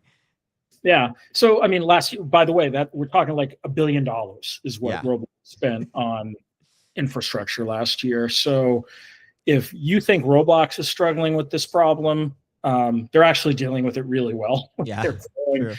crazy. Like, it's hard to say that Roblox is doing anything wrong. It's like one of the biggest things in the world. Right. But they're spending a lot. So you, with your little startup in gaming, trying to build a successful online game product, which is probably going to be most of you who are generating like recurring revenue in your game, it's hard. And what seems like a little bit of spend initially can balloon out of control, and then it becomes a tax on your company. So when I fight for the game maker, it's like, you should not be taxed like that. You should have something that the cost grows with you as you grow. It's far more optimized than you can do on your own. So, but cost is just the beginning. I think really we can help people accelerate their development, ship their game faster. Because my goal, the real end game with this, is to have an ecosystem where lots of developers contribute to it. So I can go back to game engines as the comparison again. Like I mentioned Unreal Engine and Unity and JavaScript engines kind of on the front end. Well, in the case of Unity, they've got the Unity Asset Store. There's tons of things you can just download and work on your game. Unreal Engine singular, there's a marketplace. It's harder to do that for server-based capabilities because data languages don't talk to each other. Payment rails aren't in place because when you use servers, like the more server capacity you use, the cost goes up for some kind of infrastructure provider. So there's a lot of complexity with building marketplaces. And that's what we're really trying to do at Beamable, is have like this foundational core of systems that everybody needs that integrates with your game server, but opens up APIs, plugins, things that can attach onto Beamable and build on top of the same payment systems, the same scalable server resources, same data language, that you're not constantly stitching things together. Yeah, that's really cool. I whenever you guys talked about it with me, I was just like, that's freaking dope. And I just like, it's also something that I haven't seen done before. And to your point, you're very uniquely, and it's really cool to see your past experience be uniquely yours to solve the problem, right? And that was really dope to see. To transition a little bit more to the future, to John, and more get your philosophical hat on, because I love talking about it with you, is like, what do you see, like, you know, games, and you kind of touched on a little bit of it with like AI, vibe coding, you know, some of the stuff that you've also written about on like the metaverse and all that stuff. Like, what do you think it looks like even in 2 years? Because the tech is improving so fast, so rapidly, that even 2 years, like, I don't even know what it looks like. Like, do you have like a grasp on where do you think it's going? And especially for you, the way that you also seem to be, like, you're always just curious, right? You call it a mental illness. But a lot of people in the gaming industry are actually pushing against it. Like, they push against the AI, they push against a lot of the progression that's kind of happening. They are not early adopters of blockchain. They're not going to be the early adopters of like AI either. And it seems like a pretty, I don't know, a battlefield. Even on LinkedIn, it seems like people just really don't like it when it comes to game design. But, you know, how do you see it? I think people don't like change, generally speaking. Yeah. I've seen the same thing in the game industry specifically before with any big change. Like, for example, I started a mobile gaming studio when mobile was still kind of new. Right. And basically when you showed back, so I shipped Game of Thrones in 2013. So when I showed up at Game Conference in 2013 and I claimed to be a game developer with a mobile game, you kind of get like, oh, you're not a real game developer. Yeah. You build on mobile. You're not like same ones that we told the gamers, like, oh yeah, you play mobile games, you're not a real gamer. You know, console Exactly. gamers, PC Master Race, all that stuff. Yeah, I mean, now mobile is the majority of Yeah. revenue generated in the industry, and even the grognard AAA studios, which I say that only with love, by the way. I love many of the games they make. Yeah. It took them a long time to figure out mobile, but of course now Right. you find that many of them also have mobile studios within them, Right. for a whole variety of reasons. So, so when there's business model changes in the industry, often you have a lot of pushback against it. Yeah. So, like, I think it's also easy to look at pockets within the industry that are especially vocal and believe that that's sort of the like industry consensus just because they're the loudest. Right. But I would urge people to always look at behaviors a lot more than words. And by the way, this is a lesson for your application or your game as well. So when you, like in the games that I shipped in my life, we always had a very vocal community. Like, fortunately, we had some games that we shipped that were very popular and people really loved playing them. So of course you then end up with a segment of your community that are extremely vocal on social media and forums, often in a very positive way. Yeah. And sometimes not in a very constructive way. And they would tell you how to fix your game, essentially. Like, we would be constantly told how to fix the game. Right. Sometimes very legitimate. Like, we ship broken shit all the time. Known shippables is what they call it. Harder to get away with that, by the way, now. But like, you know, it was easier in the past to ship rough edges of a beta and call it a release. You can't really do that anymore, is the reality of games. But so often justified, but often people just didn't know what they were talking about, didn't understand like what meant to build a game that was sustainable over the long term. And even the things they asked for didn't necessarily translate to greater enjoyment in the game. Right. So how do you, first of all, do listen to them. They can be a source of ideas that are worth listening to. But the best data you're going to have, the best evidence you're going to have, is what are people actually doing in the game? What do they engage with? What do they do? Can you actually run experiments? Can you A/B test things? Can you test a new feature with a limited audience? See if people engage with it. Like, that evidence is gold, because that really tells you what to do in your game, not just like community feedback, which might give you ideas and call things out that are totally legitimate, but it's not necessarily reflective of like consensus in the community. So take that learning, and I think you can kind of bring it up to the entire world, by the way. What people say and what people do, very frequently two different things. And I think it's the same in the industry, where in the game industry, where you have portions that are, you name it. What can you find? You'll find people certainly against Web3. You'll find people against any use of generative AI. By the way, you'll find people who are against free-to-play games. You'll have people who are against mobile games. You'll have people who are against releasing a game on Steam. Like, you have all these different reasons why people have their opinions on like why something isn't good, or why they think it's even unethical or counterproductive. And oftentimes it's because they are kind of looking at themselves and saying, well, this is the kind of game I want to play, and assuming that everybody in the world who plays games is just like them. So games is 3 billion people.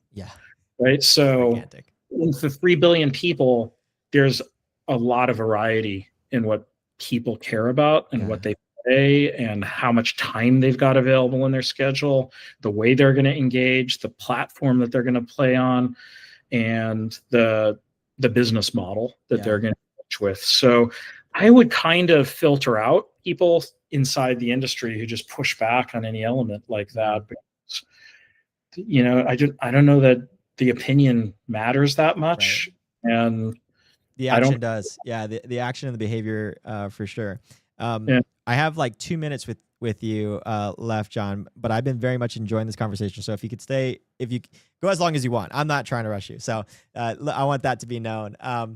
But the one thing I've also like loved hearing for you on Gamified, and this kind of goes to the behaviors like you've kind of mentioned about the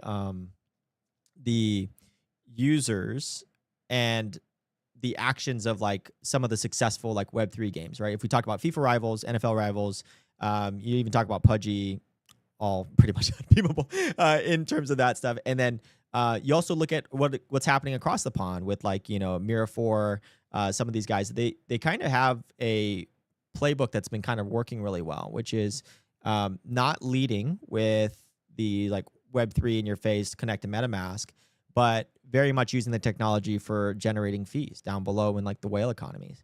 And it's always been very fascinating to capture it at Gamified, but I would love to capture it here as well too, if you would be so kind. But like, what have you seen some of the things that have been working currently that you haven't seen in the broader gaming market that maybe has been working in Web3? Because I think we're getting beat up quite a bit in terms of like the Web3 narrative in terms of gaming.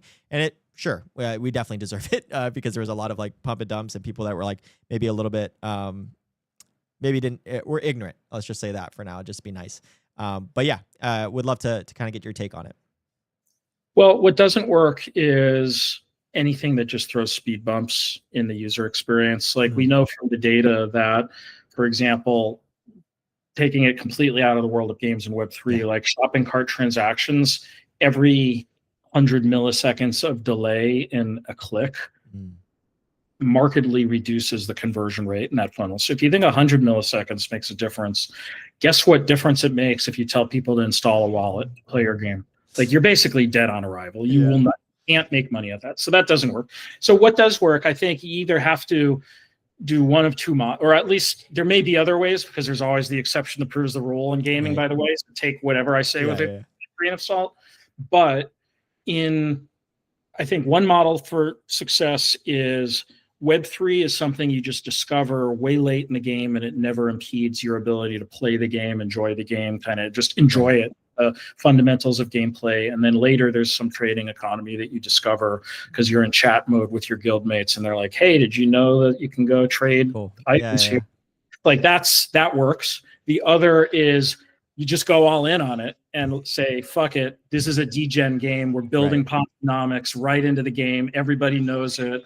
Like let's just have like that's Gigaverse, for example. Like so and if that's you, there's absolutely no problem with that, but I think go all in, like make it that and be unashamed of it. That was something that too, John, like I actually put out an X post about it recently and it changed my mind. And I'm very curious to hear what your take on it. And then we can end here is the element of like actually crypto games as well as Web3 games is actually a genre in gaming instead of like it being like a fundamental, like I guess tech stack of like mobile gaming or Xbox. And the reason why I said that was because of like what you kind of said, like crypto gaming, or at least the terms, right? There's like so many people that say Web3 gaming X, like Sam's my boy, so I go with Web3 gaming. And we also have the Web3 gaming YouTube handle, so it helps.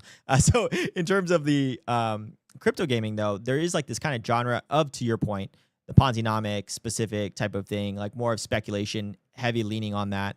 And it's kind of a barbell approach, right? Like extract everything away, and it could be an element for like whales to be able to use, which are very important and haven't been really served in the gaming market. Oh, they do because they're still like very important to the game economies. But then also from a perspective of degens, like let them have fun. Let them have fun. I think you're right. They're probably. I mean, I think for the most part, Web3 is a business model, and it should not be thought of as a genre. But within the business model, there is this sort of sub-market of like, you called them degen games, which I think is as good of a description as any. Like that probably is a category, just like there's like two like real money gambling games, for example, which I would say are also part of the gaming industry for a particular type of player. But, you know, the thing that we really discovered with Beamable early on is so many of the requirements of building a game are the same across Web 2 and Web 3. So like all games need strong social systems and economic systems and content update mechanisms and depending on your variety of multiplayer, various multiplayer coordination systems. So we built the platform with that in mind so that Web 3 and Web 2 could both use it. And that carried through even to thinking like we're about to launch our DPIN and our token. Like we realized that we wanted to use crypto native capability on the supply side because that's where we can have nodes and people adding capacity and capability to the network. But on the demand side, meaning the people who build games, like they shouldn't have to know anything about crypto. So they just download an SDK for Unity, for example, and it automatically provisions off the DPIN network. So I just think it's important to never have a barrier to your customer. And there have been so many like Web3 gaming tech platforms that are so niche-y and only solve like a tiny subset of problems that mean certain things to Web3, when actually Web3 game developers have, you know, 90% of the same problems that any game developer ends up having in their development. A lot of people just don't understand it too, though, John. Like I've worked at game studios, I've had the luxury of it, and even as people that work at game studios, it's still very much a, you know, we got it. Like the engineers got it and everything like that. So like you still don't like understand how difficult it is. And like to your point, Roblox, spending billions to be able to do infrastructure and everything like that. And definitely for you guys, I'm really excited about it. I already have like my specific note. I've already talked to Drew. So like on that side, like I'm excited to like be a part of that deep in infrastructure because I know how important it is working in games. And like to your point, it doesn't matter if you're in Web3 or Web2. It's infrastructure that you need and to help reduce costs. So super excited about everything that you're doing, John, and thank you for coming on the show. Yeah, the last thing I'd add is like crypto is going to be transformative for games, but I think that we have an opportunity at Beamable to change it for all game developers first. Yeah. And crypto is going to affect the infrastructure level. There's like who was offline in some app, some website, or even a game yesterday because of the Amazon downtime. Crazy, right? So we got to get infrastructure out of the realm of like these centralized sign it up, sign learn term contracts, and make it work more like the internet. So capacity is just something that is accessed at a protocol level. You provision it, it's in your game. You didn't have to sign up for anybody. That's what crypto brings to the table. And this affects every game. So that's what we're doing with our DPIN launch, is really creating an internet capital market around compute, making it a new asset class that any developer can access regardless of their business model, Web 2, Web 3, mobile, PC, console, everything. Love it. So that's what we're launching. Crushing it, John. I know, I'm excited. Already I'm in line. So thank you so much for coming on the show and sharing your wisdom as well too. I hopefully you got some benefit and stuff. I was mostly listening and taking notes and just nodding in agreement. So hopefully, if anything, your ego is stroked. Good to go. So thanks, Peyton. Thanks all for right, helping John. share the story. Yeah, absolutely. Have a good one. Bye. Take care. And that is John, guys. He's awesome, dude. Freaking love everything about him. He's been just a phenomenal person just to talk to. We've kind of met at all these like different types of conferences and then worked with the Crescendo team. And they're like, hey, like Beamable's like, dude, yeah, freaking John's awesome. I want to kind of like get involved with it. And the way that they are bringing DPIN infrastructure to it is like one of those key things that, in my opinion, if you're not working in games, it's very hard for you to possibly get the vision. But like I cannot stress it enough how important it is, which is like exactly what happened with like AWS about all of these like back end services went down and these front ends and all that stuff are still like up and like there's like, hey, like why isn't this working? The reason why is because the back end infrastructure went down, and the way that John and the way that they're trying to position games is like live services. It requires API calls in the back to be like, hey, the leaderboard, this is how many kills they have, this is how much whatever it has. All that infrastructure is happening in the back end, and those cost money. And so that's why, like, and from optimization issues from like Roblox and all that stuff, it's why it costs like billions of dollars to be able to keep that up and running for it. And what John and them are trying to do is to decentralize that, also reduce costs for that, to make it more accessible for startups and all that stuff, which also in the world of AI and vibe coding, there is also a mechanism in which that they can grow rapidly, is being that decentralized infrastructure layer for all of these vibe codes to kind of package everything in together and then automatically just do an SDK. So really excited about that, which speaking of vibe coding, I saw Charlie Blackstock in the freaking building. Oh, hi, John. John is a legend. You are as well too, brother. Get a mirror in front of you and tell yourself you look sexy. Yeah, John Radoff, Shasan, more like John, a legend. Oh, okay. Shasan with the bangers over there. Mr. Doug Hype, thank you so much for supporting the show, man. I know that you're probably walking your dog. You come out, and I really do appreciate you, Doug, every single week coming out, even if it's for just a little bit. And then V or Vix, whatever you want to be called, you're freaking awesome. And I know that there's going to be some amazing clips that are coming out from you, especially with the man, Matt Defies himself, that sexy man. So really excited about it. And then, yeah, AE, thank you also for yeah. So South, the huge intro, dude, that long intro for John, dude. Yeah, it's a long one because like, dude, you try to truncate 3 decades of experience in gaming into one intro, it does become long. I felt like Sam from Gamified, which tune in tomorrow. I will be hosting Gamified tomorrow. So Sam is celebrating his brother's 40th birthday. So definitely shout out to Matt as well. So happy birthday. And then I saw Jerry, the calf singer, down here in the stuff saying, yeah, what up, Kings? What's up, Jerry? Jerry Foundation. And then Shasan, wonder what John's favorite. Oh, my bad, Shasan, I didn't see that. I can ask him offline if you really want to know on that. And framework and infra are really important to build a great project. Yeah, absolutely. And Mining Chamber, what's up? What's up, dude? Really excited. Oh, Jerry's saying he's excited for Gamified. My dog.